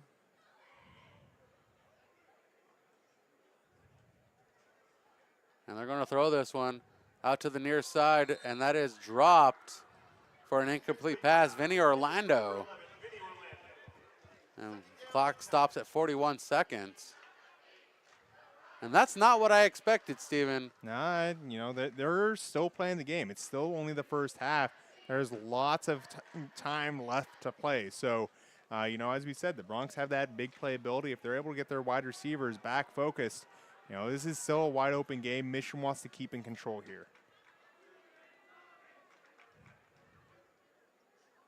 And Glenn throws out to the near side. That pass completed to Kellogg.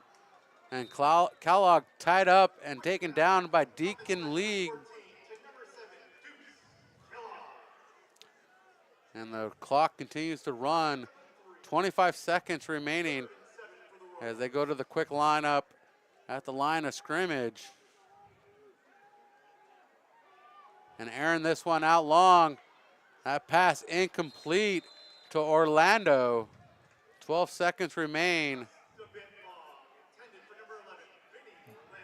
I think this is going to be Mission's first punt of the night if the substitution's any indication. That's a surprise that they ran the plays that fast. I figured with the second play in bounds that they would have let the clock just run out, but ran a third play. Clock's now stopped. They have no choice but to get at least 1 more snap, and it's going to be from punt formation.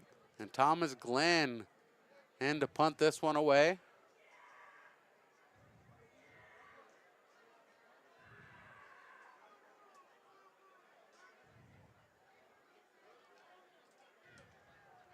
And that's a high punt with not a lot of travel and no one there to pick it up.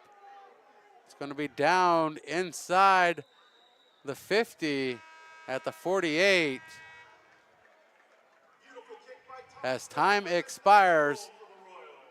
So sky kick turns into the end of the second quarter, Stephen. Our score 25-0. We'll be right back for our halftime report presented by California Fresh Market. At Hyundai San Luis Obispo, we understand that every milestone in life brings new dreams and opportunities.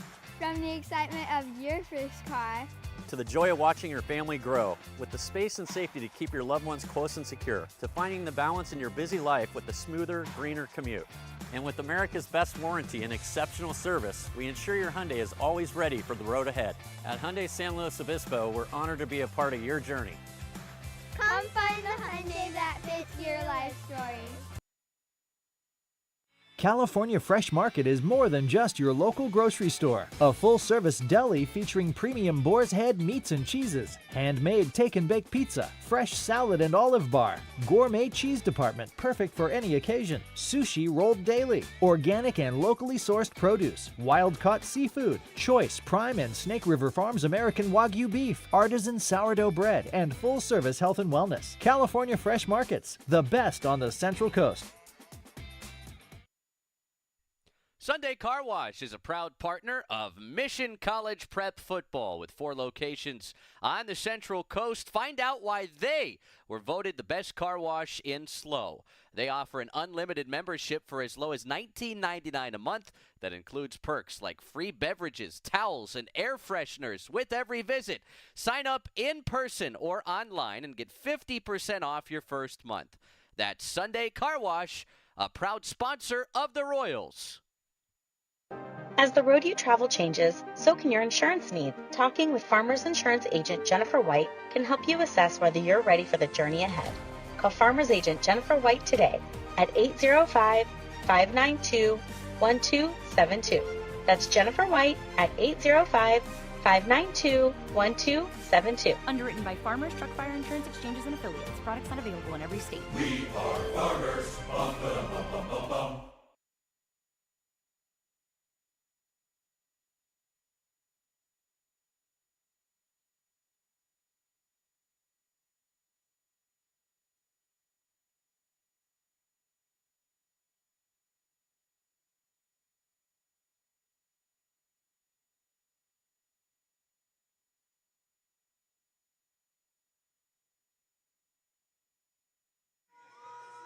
Welcome to the Mission Prep Halftime Report presented by California Fresh Market. California Fresh Market offers the ultimate variety of USDA premium and prime beef. Their meat and seafood department is unmatched. California Fresh Market, a proud supporter of Mission Prep Football. You want to check them out. They have all your football party supplies, and it is football party season with high school, college, and NFL games going on. They are not the place to miss. And as I said, it is the California Fresh halftime show. And we got the cheerleaders on the field doing their work as they always do. And my partner in crime, Stephen Hodges, is going to break us down. Stephen, what in the first half went right for the Royals, and what do they need to work on? Well, quite frankly, they seem to be clicking on both sides of the ball. Offense and defense are going great. Special teams, though, really need some work. A poor punt looked like the drop just fell right onto the nose of the punter, causing the ball spin backwards and not get as much yardage. You want to be careful with those drops. If you ever watch, college NFL guys, it's something that they spend a lot of time on. Is that exact drop really has a lot to do with whether the ball is muffed or not. But on offense and defense, they're controlling the line of scrimmage. That can do so much for a team, and you'll see it time and time again. You know, the team that wins the line of scrimmage wins the football game. As long as they are able to keep doing what they do best, this game's going to keep going their way. 4 scores, no response from the Bronx yet. The only thing that's going wrong, like I said, special teams had 3 PATs blocked, so that's why we don't have a nice, normal football score of 28. Got something much more that you'd see in, the scoregami type scores with the 25. As far as what they got to do going forward, just keep clicking. They got to find that extra gear. If the Bronx are able to respond, if they're able to find, the parts that have been missing and really connecting that pass game, they've been getting a lot of success with those deep passing routes, particularly the ones crossing across the center of the field. Well, things are going to start going the Bronx way. They got to be ready for that counter punch. You can't just sit and be comfortable, because it's the punch that you don't see that knocks you out. So Mission Prep has to anticipate that there's going to be some changes at halftime. There's going to be some changes in attitude and adjustments and effort that we're going to see from the Bronx. So, and that's kind of what I'm going to expect here. We'll talk about that a little bit later as we get back going into the backside of the half. But beyond that, why don't we take a look at what's going on outside of the friendly confines of Mustang Memorial Field. Starting with Atascadero at Roosevelt. Roosevelt, of course, out of Fresno. Central part of Fresno. Didn't live far from that school when I was there at Fresno State, in fact. Currently, the Greyhounds lead Roosevelt 21-13. They're starting the second half of action right now. Bishop Diego leading Westlake 14-7. They're in the first quarter of that one. If you smell something nice on the horizon, well, probably it's because the Rose capital of the world has come to visit the Central Coast. Wasco visiting Morro Bay 25-21 on that one. They're into the fourth quarter. The Hanford Bullpups leading St. Joseph, one that you should keep an eye on for you Mountain League fans, 34-13. Hanford, a D1 team. No shame in that one for the St. Joseph Knights, but definitely going to be a battle there. Madera coming into Paso Robles. That one's going to be a close one, and it is 28-21 in the fourth quarter. San Ynez, they took out Dos Pueblos earlier this year. Week 1 upset, surprised a lot of people while they're playing Dos Pueblos' rival in San Marcos. San Ynez trails in the fourth quarter, 13-16. Rigetti travels to Lompoc. They lead the Braves in what could be a biggest upset on the Central Coast this evening, 27-7. Rigetti above Lompoc in the fourth quarter. Rivalry match happening across town right now. Arroyo Grande visiting the Tigers of San Luis Obispo. AG in the lead there, 23-0. Last reported score, Kalinga, Templeton, a proximity matchup in the central section. Currently tied. They're in the second quarter of action there. That's our halftime scoreboard. Hey, Steven, I want to jump in real quick and tell you a quick story. The Rose Capital of the California, the world, whatever. It's the Rose Capital of the world, Wasco. Okay. Yeah. Okay, I didn't quite know that. I know they were pretty famous for their roses. I'm an enthusiast of roses. My great grandmother had roses. My grandmother had roses. My mom has roses. I take care of roses that are older than me, that are the plants. Yeah. So there's a story. I assume they're not cut flowers. Otherwise, I'd tell you they're fake. If they're lasting generations, they're probably fake flowers. They're I hate beautiful. to be that guy. They're beautiful. They're indoors. No, I'm just kidding. But I have a friend who lives in Wasco, and I went to see him one time, and his dad works at Wasco State Penitentiary. And at the Wasco State Penitentiary, the inmates made this big metal flower and painted it red, and beautiful artwork by the inmates. And they put it out front. And that's awesome, yeah. And they put it out front. And me being a connoisseur of roses, stole it. No, I took out my professional camera and started shooting photographs of it. Oh, this is as bad. I was making. We were having fun, folks. Well, it's all fun and games. I quickly got a visit, asking what I was doing and why I was there, because I did not know at that time in my life. Your Honor, all I did was bake a cake, and my grandma kept files and files in all of her recipes. Her cookies were terrible, but we learned how to bake. I did not know that you could not take photos of a state penitentiary. No. I did not know that. Though I did not even think about I was taking a photo of a state penitentiary, because I was just taking a photo of a piece of art. And they proceeded to ask to see what I took photos of. Yeah, of course. And decided to let me And all the sewer hatches were pieces of art that day, it turned out. And they let me keep the photos and ask me to leave. And I said thank you and goodbye. And it was a wonderful day, and I learned something that day. And I got my friend in trouble with his dad because his dad saw it all happen. So my friend's like, I got in trouble because you took photos and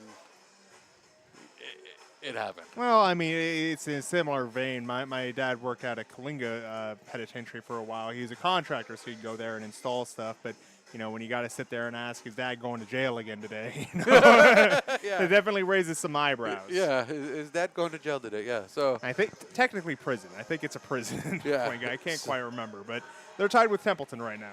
Bring it back to the scoreboard.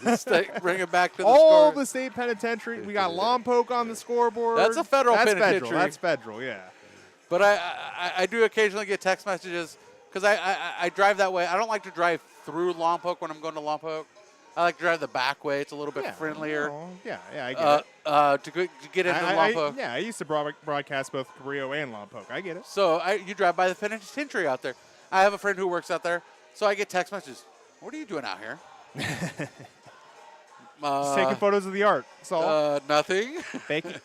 Started my bakery, taking photos of the art. I didn't leave anything by the fence for somebody. And really tying bed sheets together. That's like it's like weaving. It's more arts and crafts. Yes. So, Lompoc losing to Rigetti. Back to the scoreboard. Yeah, that's a big upset. I believe Rigetti. Well, while we're here, let's talk about the new league setup because if you've not been following local football very closely, this may have flown under the radar. The league setup changed this last offseason. There are now 3 leagues between the different football groups. Yeah, let's back up.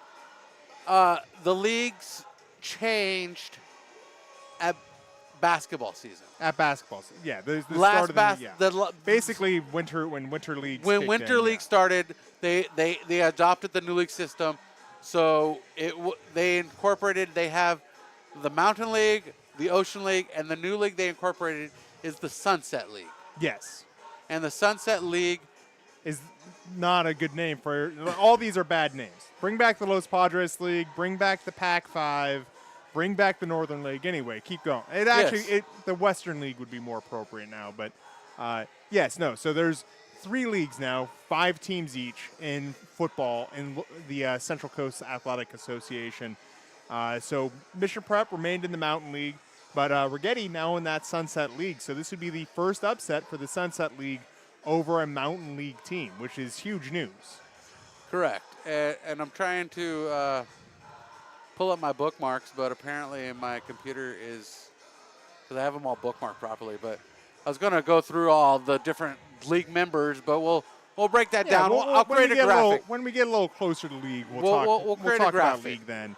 And it's funny because, some fine folks on the former podcast Slowpoke Sports, that was what was proposed when the teams made the jump to the central section. Everyone but San Ynez, Cabrillo, and Lompoc jumped at once, and they said, if we brought San Ynez, Lompoc, and Cabrillo into the area, well, they'd slot really into, the 3-league system, 5 teams each. Really makes a lot of sense. And since then, I've actually kind of turned the corner and said, maybe leagues are kind of an outdated thing. Maybe we should, have everyone play their 5 non-conference games, choose your rivals, choose whoever you want to play, and then have 5 games that just kind of competitively equitable among the local teams. And that should give you a better performance and send more teams to playoff in an appropriate division. But I get the promise of having a league title and all that. I just don't know what a Sunset League title means. Obviously, anytime you win a league title, it feels great, but it's like you really want the Mountain League title. If you're not in the Mountain League, you want to get there, and there is promotion and relegation between them, but that takes a while. It means a Sunset League title means you're moving up to the next league. Yeah. That's what it means. Yeah, but, then it means if you you've graduated. But, let's imagine, Logan Budd, great quarterback for Morro Bay back when I was in high school. He does a great job, elevates his team from the ocean to the sunset. And the next year, he's a senior, elevates his team from the sunset to the mountain. Then you're in the mountain without Logan Budd, and then Morro Bay didn't have a lot of players after that, and you kind of sink back down. So I like the system overall. I think for the kind of classical football setup, it works great. I've just been watching too much sumo where they do the promo and relegation live based on the matches that have been played. I think a system like that would be cool. Did you say sumo? Sumo's great, man. Okay. I just want to make sure. I just want to make sure I heard that reference properly. Because yeah, the highlights are presented by NHK. The tournament's starting on Sunday, Brian, and the highlights are posted the next day for free on YouTube, ad-free, in fact. It's great. Look it up, man. Every odd-numbered month. So September, November, there's going to be 15 days of sumo. I highly recommend it. Do they name a Yokozuna? You don't name a Yokozuna each time. The King of the Ring keeps that title until he retires. There's only one King of the Ring, okay? Yeah, and his name is Tenaro Fuji. No, his name is Walter. Oh, okay. Okay. But Tenaro Fuji won the won the July tournament. He did really good. They call him the Kaiju for a reason, Brian. Yeah, but it's actually Gunther. They changed his name to Gunther. But, that's the King of the Ring. So he's also the world champ. So world champion. I mean, he doesn't wear he doesn't have the rope belt. It doesn't mean the same. I don't know. I think Gunther could do some damage in some sumo. Well, if he could, he probably would, and I think there's a reason he stays away from it. These guys they're big. You They're know, big. just because you mentioned That's sumo, the thing I about had to sumo. I mention don't know if you know this WWE. about. I don't know if you know this about sumo wrestlers. They're big. Oh, I know. Okay. I'm huge in Japan. And, it really makes me feel. Guys complain when I'm at the gym. I do Brazilian jiu-jitsu. They complain while I'm at the gym about my size, and I just be like, look, all these guys are bigger than me.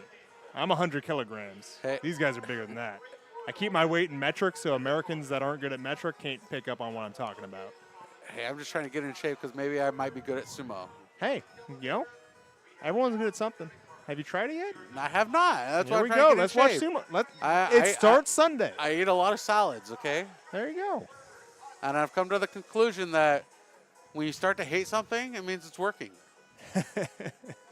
It's all about building the habits. Because I hate salads, but I keep eating them because... Season your salads. Try putting a little salt and pepper on them. That No, might be what helps out. Actually, I don't really hate them. I don't. I was going to say. What I mean is I'm kind of getting bored with them. But I buy the bag. You're listening to the Mission Prep pregame show. You're listening to the halftime show. Halftime show. I'm confused because I'm thinking about food now.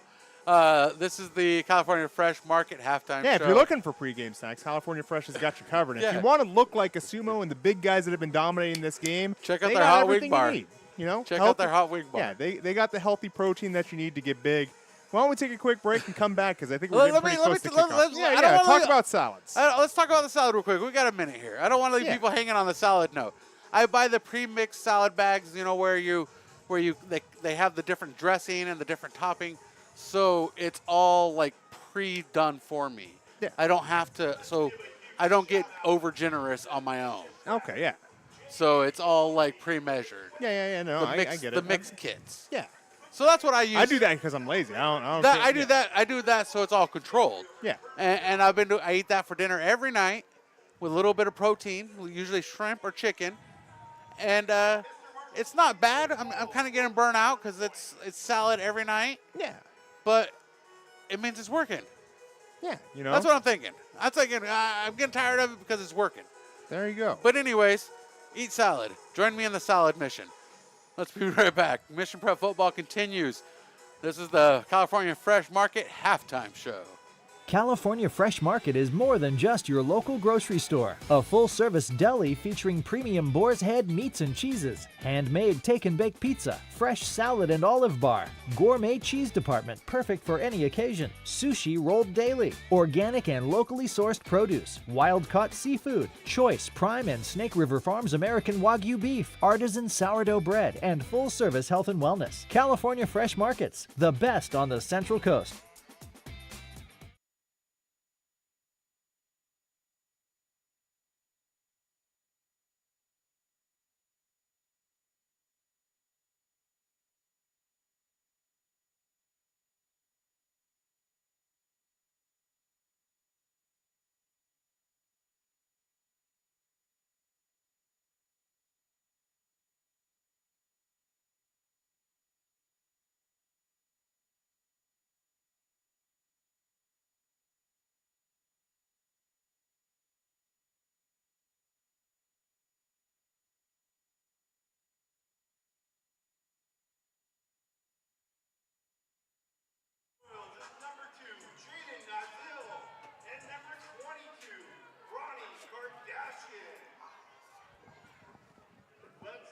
Welcome to Mission Prep Football, second half action getting underway.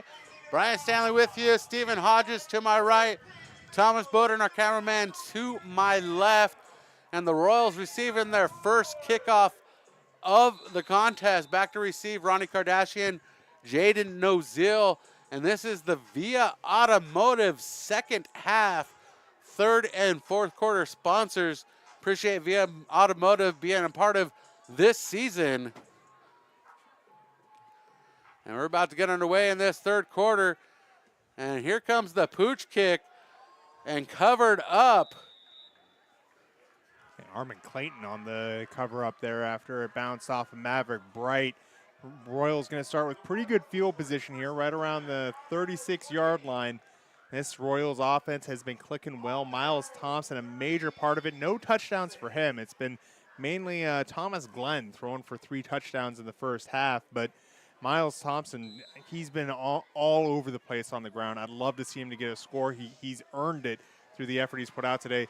And also, this offensive line has earned getting some rushing touchdowns. They always used to track at Hancock how many rushing yards there were. I tell you what, this O-line has earned whatever reward for whatever landmark they hit from their performance in the first half. I mean, this has been great play by this O-line and running back crew. And Mission Prep steps up for their first drive of the second half. And Glenn hands off, and pushing forward for a short gain is going to be Carter Moreau, the senior running back, in on the first carry of the second half. 2nd and 7 for the Royals. Ball spotted at the 39-yard line. 11:37, third quarter. Carter Moreau tried to fake to the outside a little bit. Looks like the left end there, Willingham, to bite outside. He didn't. Got the tackle near the line of scrimmage, but still got a few yards. And the fake handoff to Kardashian. The throw out to Moreau, who turns the corner. Gets enough for a first down across the 50. And that is a first down for the Mission Prep Royals. And tonight's second half is operated by Via Automotive. Via Automotive's motto is "Our family taking care of your family," and their company takes it to heart. Via Automotive, a proud supporting sponsor of Mission Prep football.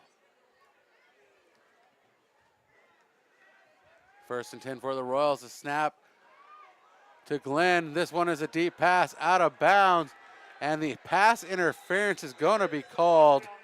That was a push out of bounds by Jeffrey Clark. A clear push out of bounds. A really unneeded one, too. It didn't look like the pass was going to land catchable, and that's kind of what Clarkson says. It wasn't a catchable pass. It's like, yeah, but you also shoved the guy out of bounds. So what do you got to say about that half the equation? So it could be a first down for the Royals based on what we saw. See if the referees confirm this. As they do have our backs to us, it's tough to see. But, yeah, automatic first down off the penalty. Didn't see the exact sign. But, it could have been unnecessary roughness, could have been pass interference. But 15 yards and an automatic first for the Royals. And that puts the Royals inside the Bronx territory with 11:11 on the clock. Make a wish. 1st and 10 for the Royals. And a throw into the backfield to Kardashian. Trying to get past one defender, does that. Tries to break a second tackle and cannot, as he's pulled down to the turf by Bryce Smoot. Great contain there by Bryce Smoot and Deegan Lee, just getting out to the outside, making sure Kardashian doesn't have that ability to just have open field. We saw how good he is running an open field, making people miss. He runs with his hips over his legs. It's something that you'll see people tilt to try and get that second gear. He's got the ability to change directions because he runs very much in his cylinder. Royals with the snap. Glenn looking for a pass deep. And that pass complete. Vinny Orlando pulls it in. And the 29-yard pass complete to Vinny Orlando. And that is the 4th touchdown pass completed by Thomas Glenn in this contest. I mean, talk about a game by Thomas Glenn. Last time the Royals played the Bronx, Mark Rodriguez had 1 touchdown, and he had Asani Berkeley and Carlton Brown to throw to. Here, Glenn's got 4 touchdowns. He's got a pretty good wide receiving crew, but Asani Berkeley and Carlton Brown were both Division I guys, plus 2 running backs that went D1 behind them. So, you talk about the show that Thomas Glenn has put on as we have a delay on the PAT. Whistle before the snap. And that touchdown presented by Farmers Insurance agent Jennifer White, serving San Luis Obispo, helping residents select the best home and auto coverage, protect their belongings. And that kick is low, no good, blocked. And our score, 31-0. The Goose Egg stays on the board for the Bronx as the Royals increase in this Via Automotive second half. Yeah, this PAT really has been struggling all night. 4th block PAT for the Bronx. This one more just because the kick was low than the previous 3, which were coming from the perimeter. But something that the Royals definitely going to have to improve on. They're always looking to improve, coaches. You know, so much to do, so much to get better at to get ready for the Mountain League play later this year. And I think it's safe to say it is the Thomas Glenn show tonight. Glenn has 4 touchdown passes to 4 receivers and a touchdown run himself. Now, all the offense ending with Thomas Glenn.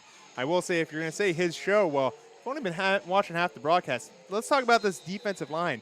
Ethan Ferralis, Gabe Almada, and Lincoln Bloom up front. Those 3 down linemen. We're about to see him once again.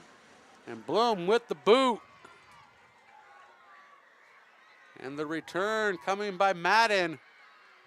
And Madden shaking tackles left and right before he's pulled to the turf at the 28-yard line.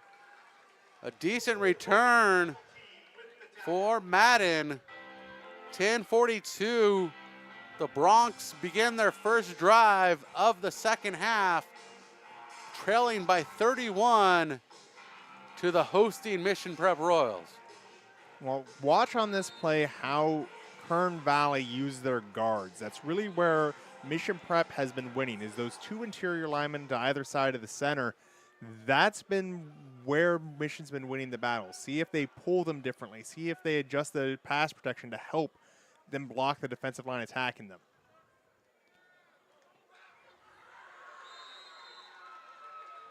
Quick pass complete out to the side by Deegan Lee. Immediately tackled by a Royal on the far side. Short gain. And that might be how the Bronx are going to adjust to this immense pressure from the Royals defense. Just get the ball in and out of the hands of the quarterback as quick as possible. And chiming into the chat, Santos Velasco, his night is done. He is watching the game from the locker room. He will not return. As he told us, it is tough to watch, but to watch, not be out here, but he is watching with his team in spirit. He is here, and that is a takedown in the backfield. That is a sack. Gabe Almada, I ruined the moment. Gabe Almada, what a beast on the right side. I've been telling you to watch him all night. He ducks inside, beats the left guard as the offense sees it, cuts inside and gets to the sack, only gets one arm on the quarterback, but good enough grip to pull him down with and finish that play behind the line of scrimmage. Gabe Almada's had quite a night. 51, 52, they look alike to me when it's all on a blur. And it looked the same to the quarterback, too. He just went down. Exactly. Maybe I have the eyes of the quarterback. And Carver with the step back, chased out of the pocket again. That's been the story of the night. Almada on the chase. And the throwaway as Almada was there to get him. Almada is like, hey, you did a good job getting away from me this time. And Almada, this cat and mouse game Almada's playing tonight reminds me of the days of Warren Sapp when he would chase down those quarterbacks from the opposite side of the field. Oh, it was a very Warren Sapp move. You hear about pancake blocks. He had a pancake rush, knocked down the person trying to block him, then got after the quarterback. Very Warren Sapp-like in that regard. I think he's got a slightly cleaner mouth as there's no flag after he forced the out of bounds. Yeah, but, you know.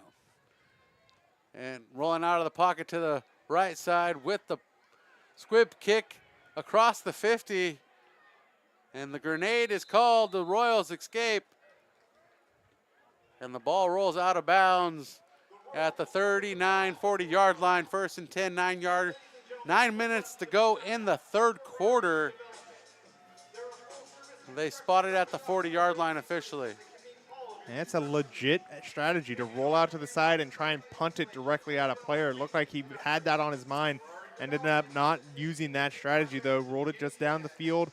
Got it into Royals territory. So Royals going to be starting around the 40. They're not going to complain too much about that ball placement. Royals leading 31-0 here in non-league action. We're live from Alex G. Spanos Stadium, Mustang Memorial Field on the campus of Cal Poly in San Luis Obispo, California. For those joining us around the country and around the world, we appreciate you being with us. 1st and 10 for the Royals at the 40-yard line. Thomas Glenn working from the shotgun. 2 backs in the backfield with him. Receivers to each side. Picking up a couple blocks. Glenn's going to keep it himself. Out across the 50. 1 tackle, 2 tackles broken, and finally brought down at the 39-yard line. That is a 21-yard pickup for Thomas Glenn on the turf.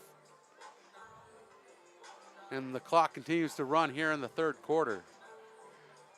I tell you what, he's got those very agile feet, very quick steps, is able to change direction, dictate where he wants to go. Just so fun to watch Thomas Glenn run the ball. He's just been on fire tonight, whether he's keeping it, throwing it, whatever he wants to do. He's finding ways to find success.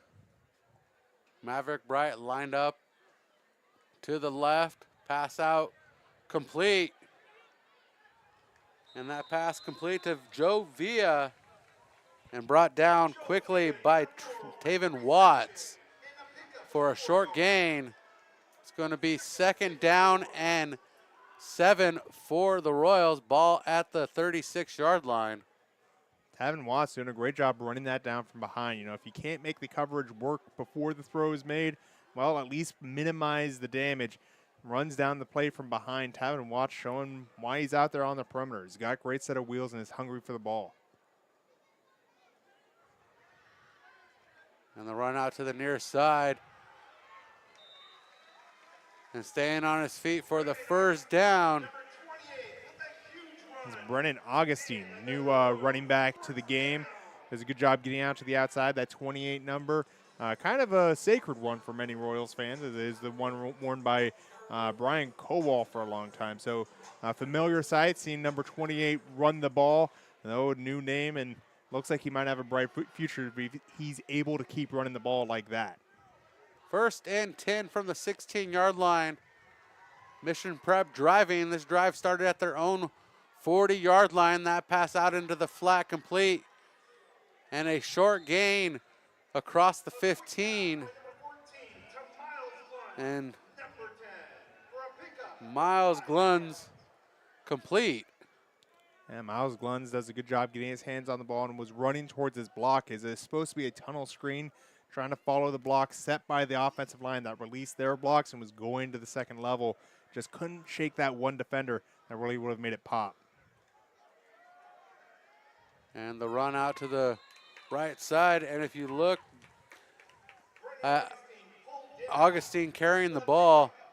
At this point, it looks like the second unit minus the quarterback has been inputted into the game as far as the receiving core and running backs are concerned. Yeah, Augustine heading out a little bit like he's cramping up. It's an unusually warm day here on the Central Coast. Correct. If you weren't out and about, it is in the high 90s, very unusual for San Luis Obispo. So that's why we're seeing a lot of cramping up. It's early September. You know, these things happen quite a bit, especially in the high school level. Ronnie Kardashian checked into the game. And that pass out to Maverick Bright. And that 3rd and 4 pass comes up short of the first down. And the tight end coming up with the grab yet again. And 4th down. Schuster's going to keep the offense on the field with a 4th and 1. We're under 6 minutes to go here in the third quarter. Our score 31-0. Mission Prep leading in this non-league action. They hand off to Kardashian, and Kardashian up the middle, in for the touchdown for a 7-yard pickup on the score, and that pay dirt results in a Farmers Insurance agent, Jennifer White mention, who serves San Luis Obispo, providing insurance for the best coverage to protect your property and belongings.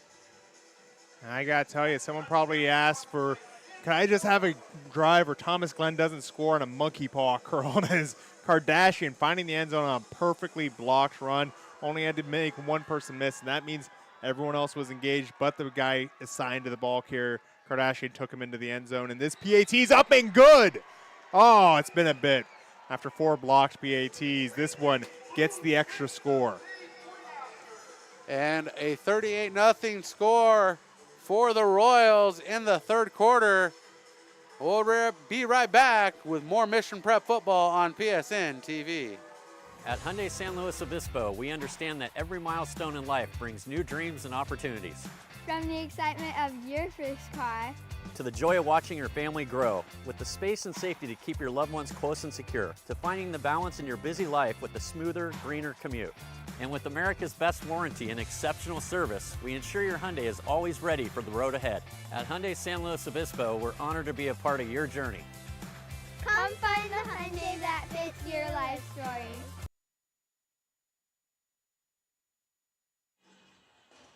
Ronnie Kardashian with his second touchdown of the contest, the first on the ground, with a 7-yard touchdown at 5:41 here in the third quarter, giving the Royals a 38-0 lead over the Bronx of Kern Valley. Kardashian's first touchdown was a 51-yard pass from Thomas Glenn in the second quarter. And that's a deep kick. And that one's going to go into the end zone, resulting in a touchback for the Bronx at 5:41. Well, Kern Valley looking to get back on the field here. One of the things that they've got to work on right now is just keeping that positive self-talk. That's going to be the type of thing that, you know, this game might be out of hand, but they've got games going forward. And really having bad experiences on the sideline, that's something you can't take back and you'll be carrying with you. So they've got to find a way to keep the mood up and light on the sideline because, you know, as I said, I've broadcasted for Cabrillo in the past during some of their dark years. This is where you can really see teams fall apart, and we don't want to see that. 1st and 10 from the 20 for the Bronx. A handoff up the middle. Quickly stopped by the defensive line. And Bloom with that stop at the line of scrimmage. And as we've been saying all night, the D-line for Mission Prep might be the entire story of this game. The Bronx have an offense that if they're able to get into a rhythm is very dangerous. This defense has kept them out of that rhythm. And the throw out to the near side. Out of bounds over the head of Bryce Smoot. And the body language of Smoot just shows defeat. I mean, he's been having some issues since the first half. He's not been having a great night as far as that goes. And, you know, it's just a matter of you got to be able to play as a team. He's got to be able to see what's going on with the quarterback and understand he's got to adjust his routes too. He's got to do what he can do as a player and not let, you know, the play of the quarterback disappoint him because really Zane Carver's been playing well considering the pressure he's been under. 3rd and 10. A deep pass. And overrunning his quarterback is Bryce Smoot.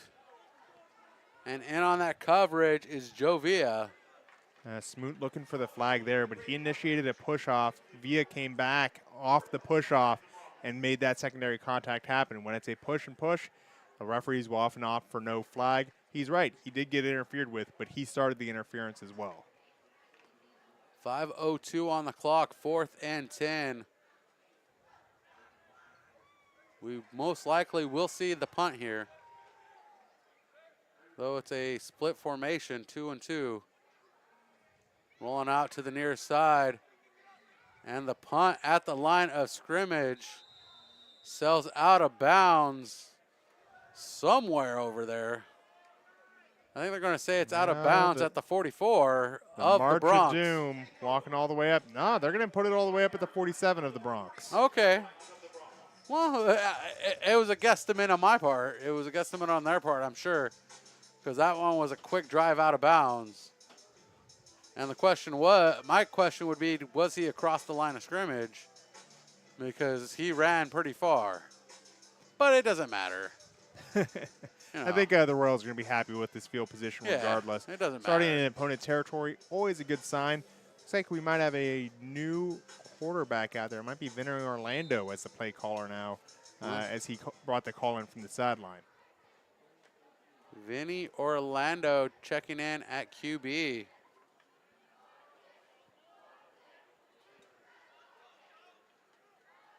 This is an opportunity to play a position. I haven't played quarterback yet, Coach. And that pass, hot pass complete over to the near side. And that pass complete to Ethan Orozco is complete. I was looking at the wrong roster. I was like, there's no 15 on the roster. I should have known that. It was Ethan Orozco. Well, Vinny Orlando, part of that quarterback battle last season before they ended up with Thomas Glenn calling the plays. And, you know, he's got the ability of quarterback. He has all those traits that you're looking for. Just Thomas Glenn, as you've seen tonight, a great player, great competitor. And Joe Villa carrying the ball this time. And the first down by Villa. The junior getting the carry and the first down. And why not take the opportunity to get reps from another quarterback? You never know what can happen in the future. Well, and for a fact, Thomas Glenn did great tonight. They want to make sure he's available going forward. They have a very tough schedule, including Santa Ynez next week, Central Valley Christian the week after. And the run out to the far side. Picking up a few yards is Augustin. Excuse me, it's El Medina after Santa Ynez, and then Central Valley Christian the week after. But still, that's 3 tough opponents in a row after this. So Mission Prep cycling out players, making sure everyone gets a chance to play. Kern Valley playing this one out, looking to get something to hang their hat on at the end of the day. I mean, when you've still got that goose egg up on the screen, it would feel real nice to get it broken. 2nd and 7 for the Royals. Approaching 3 minutes to go in the third quarter. Ball on the 34-yard line, the snap, and the handoff to, I believe that was Augustine, yes. And the sophomore gets a few yards. Brennan Augustine getting the handoff. And, he played well on that first drive. I think he's still dealing with a little cramping there as he's a little slower on his takeoff. But, as I said, he's got all the traits that you want to see out of a running back. He's got a good first step. He's able to find the hole, able to move well once he has the ball in his hands and, has a game sense of where to go. So another good option in this Royals backfield. They like to use a variety of running backs when they can. 3rd and 7. The pass to Villa complete with some room in front of him. Gets the block, and that's going to be a touchdown for Joe Villa. 34-yard touchdown strike from Vinny Orlando.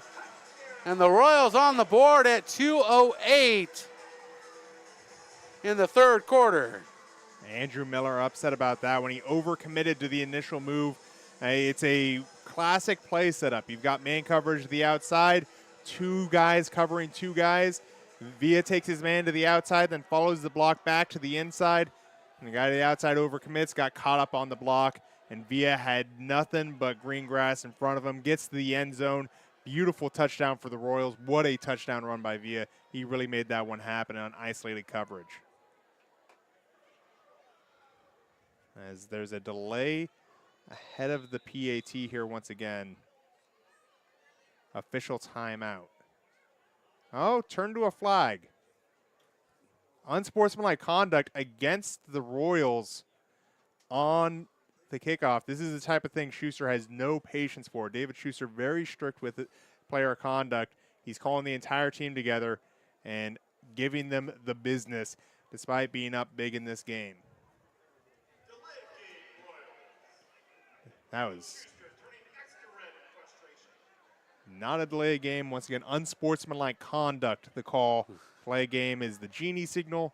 This is the plane taking off signal. The genie signal. Yeah, I dream a genie, you put them right on top of each other, wiggle the nose, wear a nice little outfit, I thought you were going to say genie in a bottle. Christina Aguilera. Kick is up, and that kick is good. Of all the PATs to make tonight, that is an impressive one. From a distance of across town, he makes that one. I think it's a 38-yarder. Yeah, from a distance across town. Our score 45-0. Royals take the lead again. I don't know why I said that they take the lead, but the wheels are falling off the bus, and the bus goes round and round. That touchdown was presented by Farmers Insurance agent Jennifer White, serving San Luis Obispo, helping residents select the best home and auto coverage to protect their property and belongings. The Jennifer White Insurance Agency is looking forward to being the trusted insurance team for your insurance needs. Give them a call, 805-548-8530, to get the best coverage from a trusted team. Well, going to be coming back out again. Once again, the Kern Valley Bronx just looking to break the goose egg on the screen. That alone would be a big relief off the shoulders. They've had a tough time with their offense all night tonight, as it's been Gabe Almada and Ethan Ferralis just causing chaos up front. Lincoln Bloom also in that club, but just not quite as terrifying as Gabe Almada has been in the face of the quarterback. He's not coming from the blind side. He's coming from the front-facing side, as Carver is a right-handed quarterback. So he looks to the left. There's Gabe Almada looking directly at him. It's been impressive.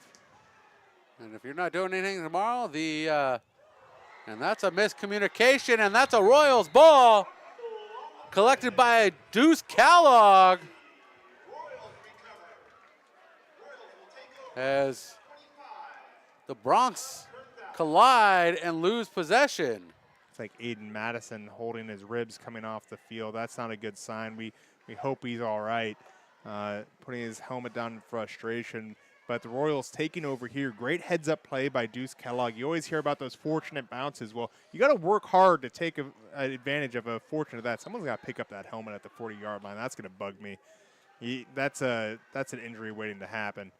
Yeah. That collision was between Baden Moda and who's the other guy you just called? I'm sorry for Aiden Madden. Yeah, Aiden Madden. Yes, correct. But yeah, collision caused. Deuce Kellogg doing a great job picking up the loose ball. I mean, that's just an effort play by Kellogg, finding that and causing the turnover. And Royals with the ball at the 26-yard line. And a miscommunication, but Villa collects it. And Villa collects a couple yards. And a tackle quickly to the ground by Brent Willingham. I tell you what, you always hear the thing, oh, I'd rather be lucky than good. But in the sport of football, you got to work real hard to be lucky. Things don't just happen, you know. It's the same thing in hockey and a number of other sports. You got to work your rear end off to be ready for that situation. And that ends up really working to the advantage of the Royals here. Second and medium here. I think they're going to call it second and six. Second and medium. I was distracted. Yeah, look, I know where delivery. We're at. Royals still have the football, controlling 45-0. We'll just put that it's back be there. Vinny Orlando that watches the snap go by him. Villa dives on the ball, as we were talking about. Got to work hard to be lucky. Villa lucky to jump on that one, as the Bronx were all over the backfield, jumping into the fray, and making sure that Villa got no chance to make something out of nothing on that one. For those wondering what happened, tri-tip sandwich was delivered by Karen Lopez, assistant. Karen Lopez runs the snack bar. And the end of the third quarter, Royals leading 45-0. The Villa Automotive second half continues on PSNtv. If ever I would leave you, it wouldn't be in summer. We'll never leave you either, especially not in summer. Hi, this is John Villa, and that's my son Tom singing. The average age of the car on the road today is at least 12 years old. The older the car, the more TLC it requires, especially during summer. So now's the time to come in for a free battery and alternator check at Villa Automotive. The summer heat can be brutal on your car's electrical system, so let us make sure everything is working right. If you do need service, remember that our technicians are iCar and ASC certified, which means they know your car from bumper to bumper. No, never At Villa Automotive, we'll never leave you, whether it's spring, summer, winter, or fall, and that's a promise. Look us up online at via-automotive.com or call 781-3925. Via Auto Body and Automotive. Let our family take care of your family. Nicely done, son.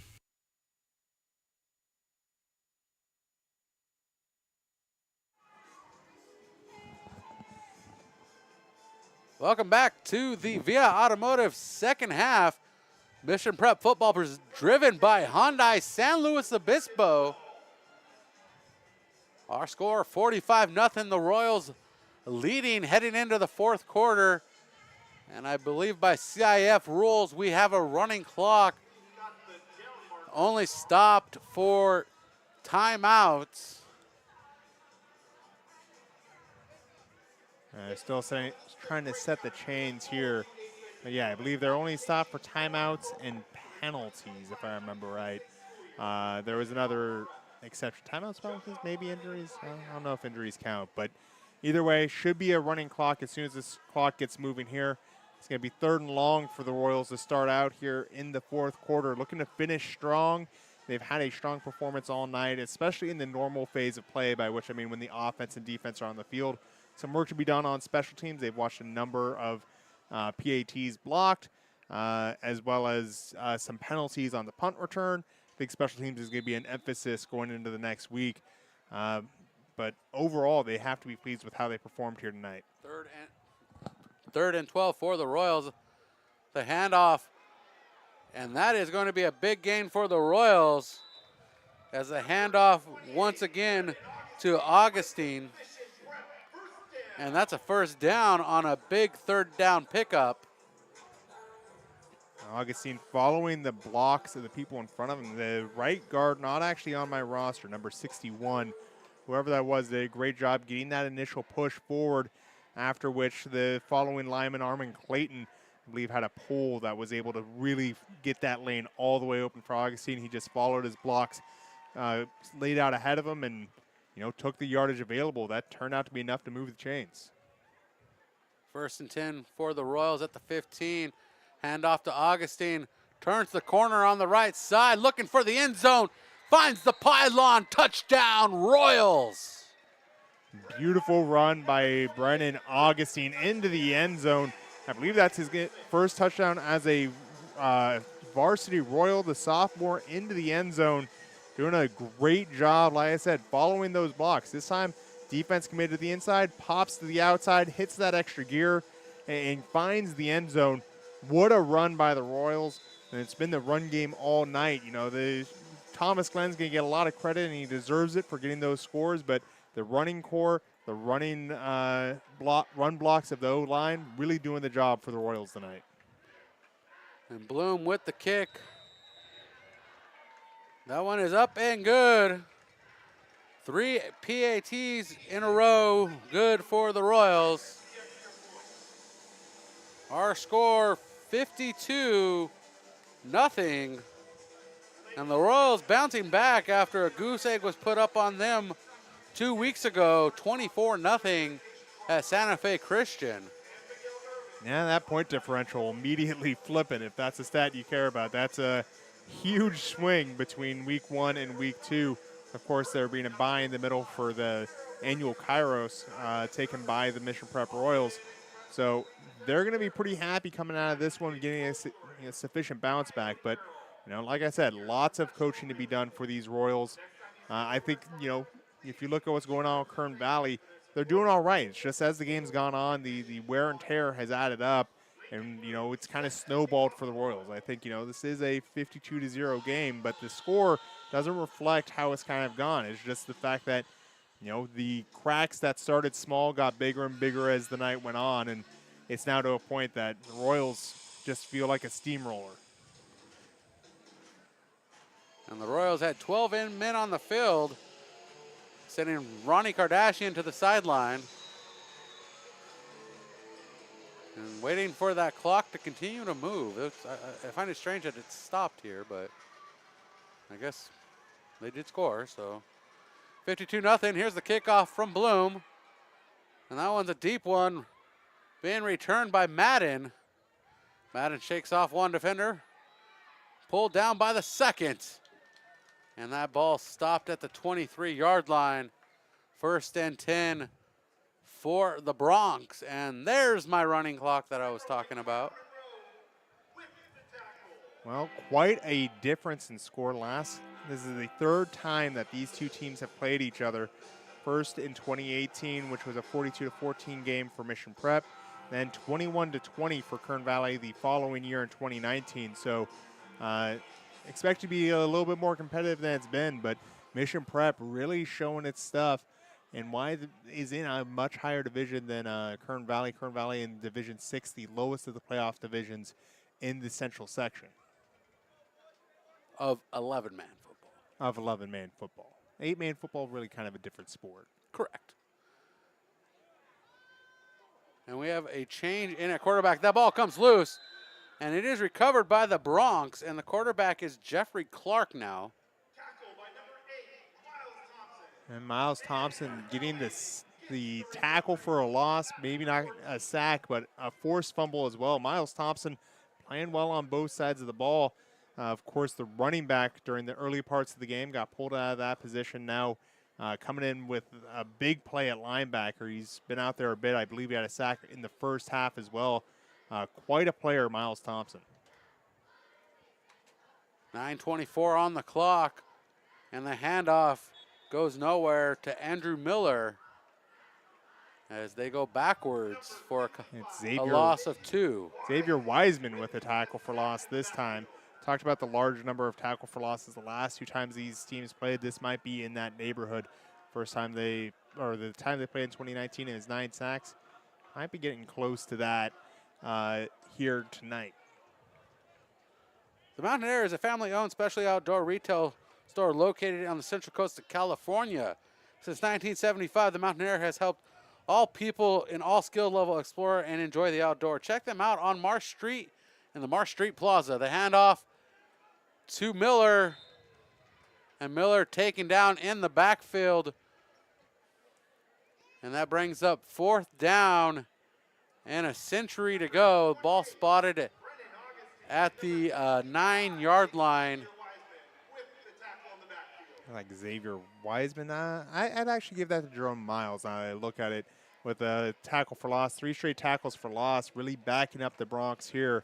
Another likely punt situation, even though they are on a standard run set. This is how they've been punting all night. The yard to go is the 33-yard line, but they are in a punt formation-ish. And that one's going to bounce at the 34 to the 37 and down between the 37-38-yard line. And when visiting the Central Coast, stay in style at the Madonna Inn in San Luis Obispo. The Madonna Inn offers 110 themed guest rooms, a spa, pool, restaurants, bar, bakery, shopping, horseback riding, and more. Make your plans today for a luxury getaway at MadonnaInn.com. Well, Mission Prep coming back out here. Last time they took the field, Augustine ran in for that touchdown from, 15 yards out, somewhere around there. So really the offense running on all cylinders, even though they're just trying to run the ball and keep the clock moving. They've shown they've got a deep stable at running back that can, run at will. 7 minutes on the clock here in the 4th quarter. Vinny Orlando in at quarterback. Moving over to fullback is Augustine.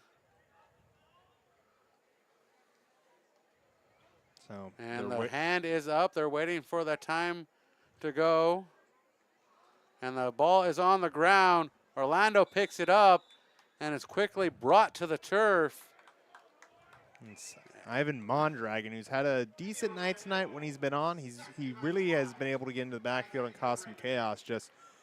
He's been getting pushed a lot in the run block schemes, double teamed a good amount here and there. So he's not really had a chance to let his talent show. But, good job there going in, getting that tackle for loss. And as you said, they're waiting for that back judge to put his hand up, trying to take as few snaps here as possible as there's a running clock. They don't necessarily need to keep the ball on the ground, but they're going to do that because, you're not going to throw in a situation like this. Sunday Car Wash is keeping your car. I'll come back to that. 2nd and 19 for the Royals. Orlando shotgun. Pitches to Augustine. Finds a seam. Finds the first down. And then some. Looking for the cone. And does just that. And Augustine in for the score. There is no flags. That is a 47-yard score for the sophomore. I mean, a touchdown from distance like that. We've talked about his toolkit all night. He's got all of the makings of the next great Royals running back coming in here, getting a couple touchdowns in his debut on the varsity squad. He's just been doing a great job whenever he gets the ball in his hands. I expect to see a lot of them even in games that are more contentious than this, because he's got everything that you want to see. Good vision, ability to change speeds, agility. He's got it all. And that's a bad snap. And Bloom falls on it. The PAT falls dead. And our score remains 58-0. The Royals lead here. And we'll be right back with more Royals football. Sunday Car Wash is a proud partner of Mission College Prep Football with 4 locations on the Central Coast. Find out why they were voted the best car wash in SLO. They offer an unlimited membership for as low as $19.99 a month. That includes perks like free beverages, towels, and air fresheners with every visit. Sign up in person or online and get 50% off your first month. That's Sunday Car Wash, a proud sponsor of the Royals. Welcome back to Mission Prep Football.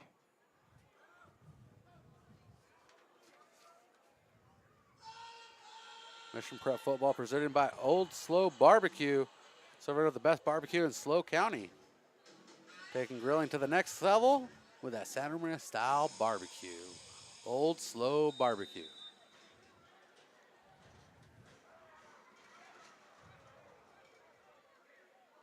And that comes loose, contact. And who has the ball? That's going to be the question. Yeah, sky kick, I don't think that's intended to be an onside style kick, but that's what it turned into. What a collision, and we'll see who came up with this one.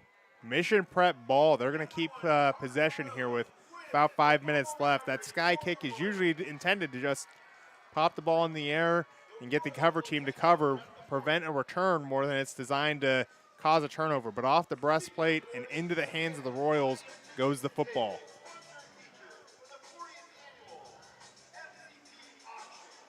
Sunday Car Wash is keeping you clean and moving this football season with 4 locations in San Luis Obispo County. See why Sunday Car Wash was voted the best car wash in San Luis Obispo. Sign up a person or go online and get 50% off your first month at sundaycarwash.com.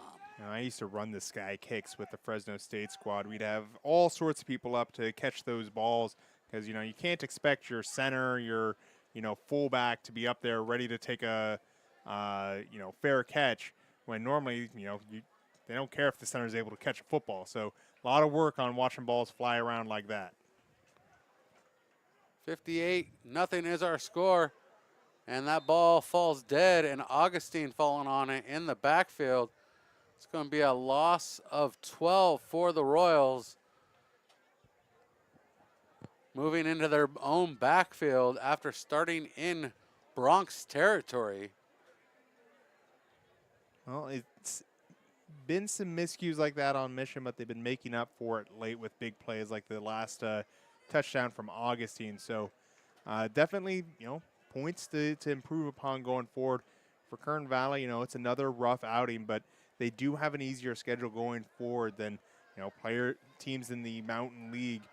Next week, they're going to have their bye week, which is going to be a chance to heal up and get ready, and then they're going to play Miramonte down in Bakersfield. That should be a really good matchup for them. That's one that we'll be watching here because I believe Miramonte, Carruthers is the team that we picked up from the Valley later in the schedule. So won't be watching that as closely, but then they're going to be playing another local team in Lompoc. So it'll be interesting to see how they adjust week to week between here and when they play Lompoc. And the handoff to Villa. And Villa with a short gain on second down. Back across the 50. Yeah, of course, Lompoc going to be making the drive out to Kern Valley, Lake Isabella when they head out there. I got to say, this is going to go back the other way. I'm not a big fan of the term home team advantage. It doesn't really pan out as much to me as it does in like media and fiction of it's so hard to play in Place X. Kern Valley, it's hard to play at Lake Isabella. It's a winding, long road that you're taking on a bus. Really easy to get car sick out there. It's a very confined, high school location that just feels out of place, and the town really comes out to support them. If any team has a home team advantage, I could believe that Kern Valley is one of those teams. Under 2 minutes to go here at Mustang Memorial Field. Royals leading 58-0 here in the fourth quarter. In possession of the rock. And the handoff to Villa at the line. Picking up a short gain on second and a century. That is second and 32. Now turning into a second and 29. Third and 29 now. Excuse me, third and 29, because it doesn't go from second to 32 to, yeah, you're right. Mission Prep's only punted once so far in this game, so this play will probably decide if they have to punt again. Depending on how long the play takes, might just end up being it, but we'll see how much yardage comes out of this one. And the Royals really taking their time here. The Royals up next. Next up for the Royals, we're on the road next Friday night in Santa Ynez, playing the Pirates. The most inland team, but still somehow named the Pirates. As it's going to be Augustine right up the middle. Of course, Santa Ynez, they're off the east side of 101 out by Los Olivos and all that in the beautiful Santa Ynez Valley. Of course, any place you play on the Central Coast is going to be beautiful. I overheard a lot of the families here from Kern Valley planning on staying the weekend. Hope they enjoy their stay here on the Central Coast. If you see someone from Kern Valley around here, make sure you make them feel welcome. As we said at the beginning of the podcast, it's been a hard timeline for them. So hard week here for the football team. Hopefully it's going to turn better. As I said, they've got some teams coming up that they should be more competitive with. And for Mission Prep, this is going to be a great tune-up game getting ready to play Santa Ynez, who's going to be looking to send a message to the Mountain League after it looks like they dropped their game. Well, they already dropped on the Lompoc. Looked like they were playing pretty well against San Marcos here earlier tonight. So we'll see how that one wrapped up before we see you next week. Tonight's second half was presented by Via Automotive. Via Automotive's motto is our family taking care of your family, and that's a company that takes it to heart. This family automotive and auto repair shop has the experience and the equipment to diagnose and repair your vehicle to get you back on the road. Via Automotive is a proud supporting sponsor of Mission College Prep football. Second half sponsors, and tonight's broadcast driven by Hyundai San Luis Obispo, owned and operated by Mission College Prep alumni. Our final score here from Mustang Memorial Field on the campus of Cal Poly in San Luis Obispo, California. 52-0. Mission Prep picks up the win over the Kern Valley Bronx, improving to 1-1 on the year. I'm Brian Stanley for Stephen Hodges, Chris Sylvester, and Thomas Bowden. Stay tuned for our postgame show in just moments. At Hyundai San Luis Obispo, we understand that every milestone in life brings new dreams and opportunities. From the excitement of your first car to the joy of watching your family grow, with the space and safety to keep your loved ones close and secure, to finding the balance in your busy life with the smoother, greener commute. And with America's best warranty and exceptional service, we ensure your Hyundai is always ready for the road ahead. At Hyundai San Luis Obispo, we're honored to be a part of your journey. Come find the Hyundai that fits your life story. California Fresh Market is more than just your local grocery store. A full-service deli featuring premium boar's head meats and cheeses, handmade take-and-bake pizza, fresh salad and olive bar, gourmet cheese department perfect for any occasion, sushi rolled daily, organic and locally sourced produce, wild-caught seafood, choice Prime and Snake River Farms American Wagyu beef, artisan sourdough bread, and full-service health and wellness. California Fresh Markets, the best on the Central Coast.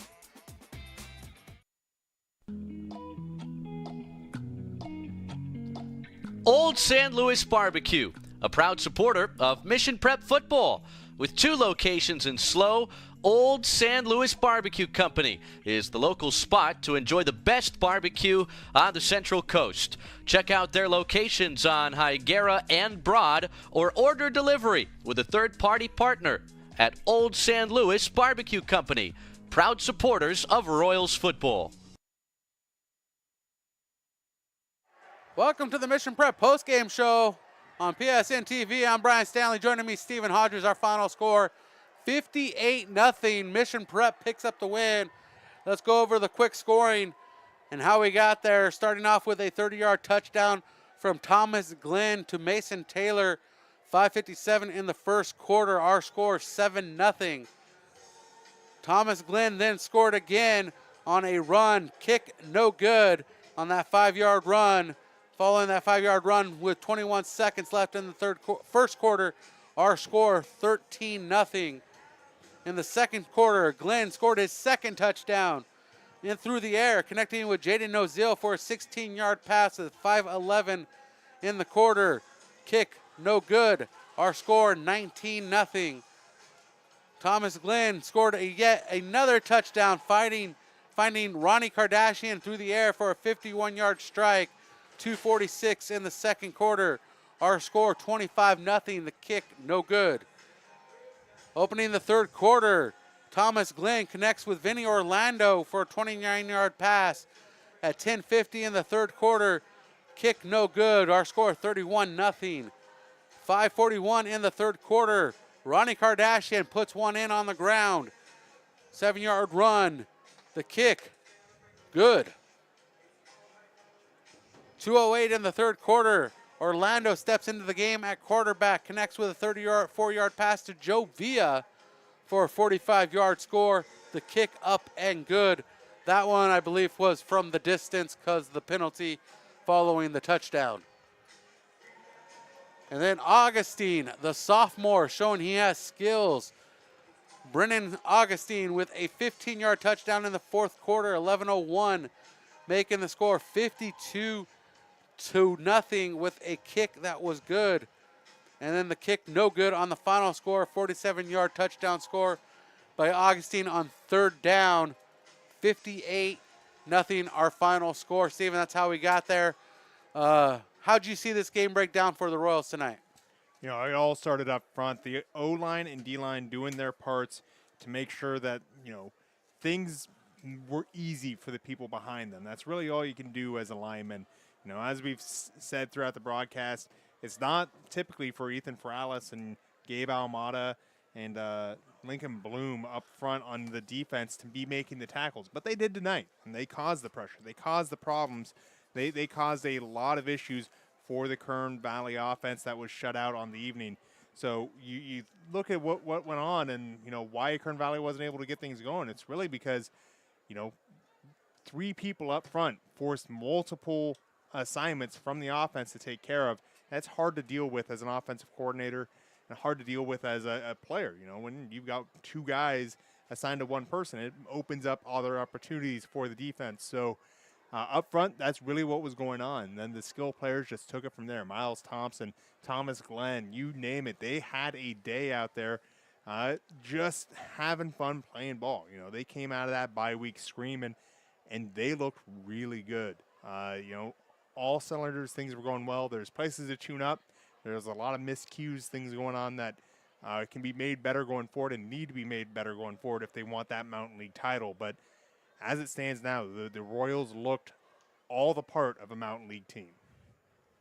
And the Royals move on next week to Santa Ynez. They're on the road yet again.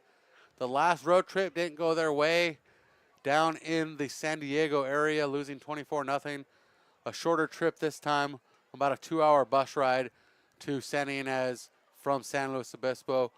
How do you think it's going to play out for them next week, Stephen, on the road in a warmer climate like Santa Ynez? Yeah, it's warmer climate, but it's not like they're playing in Paso. It's slightly warmer inland and in Santa Ynez, but it should cool down a little bit next week. I don't expect the climate to play much into it, but we talked about home team advantages. Santa Ynez, very hard place to play on the Central Coast. A lot of very avid fans there. Not to mention the coaching staff there always makes the most of what's on that roster. That defense is very hard to move the ball against. So I expect it to be a lot more of a defensive chess match where we're probably going to have a lower scoring game than either of them have had recently, just because the defenses for both these teams are probably be tuned perfectly in the team that they're playing. I mean, Coach McClurg at Santa Ynez is a defensive genius on the Central Coast. And let me be clear, when I say something nice about other coaches, I do think that Mission Prep has the best coaching staff on the Central Coast, bar none. They're able to get things out of small rosters each and every year. I just think Coach McClurg also in that conversation with his staff there at Santa Ynez. It's going to be a very tactical match next week. Top 5 coaching staffs on the Central Coast. McClurg staff's in my top 5. Yeah, certainly. We're not going to dispute orders, but he's in my top 5.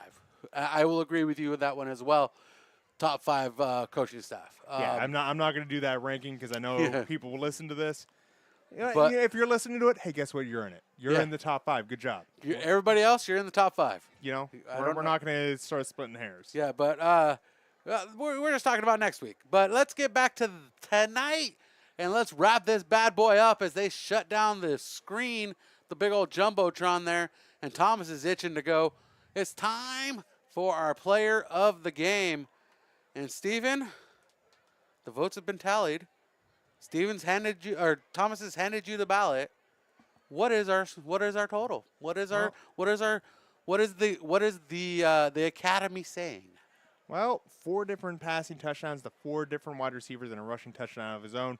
It's hard to ignore the stat line of Thomas Glenn. There was some debate as I believe Gabe Almada had a wonderful night tonight. So if either of them tells you that they're the Royal of the Week, they're not lying. They did great jobs. And, I think in general, you look at the left side of the line, the guard play of the Royals here tonight, there's a lot of places that were bright spots that could be a player of the week type performance any other week. Just happens that this week, Thomas Glenn, our Royal of the Week, 5 touchdowns, making a commanding statement and really taking control of this offense after they started the season with a big question mark of what was going to happen on that side of the ball. Exactly, and my final thoughts of the night, best wishes to Santos Velasco, leaving the field tonight under distress after an injury. Wish you the best. Hopefully it's a simple minor issue, and you'll be back soon with us on the field. Well, and extended thoughts to the entire community around Lake Isabella, as that is a much more big thing than a boo-boo that happened on the football field, as bad as that injury was. Thank you, sir. Thank you, sir. For Stephen Hodges, I'm Brian Stanley.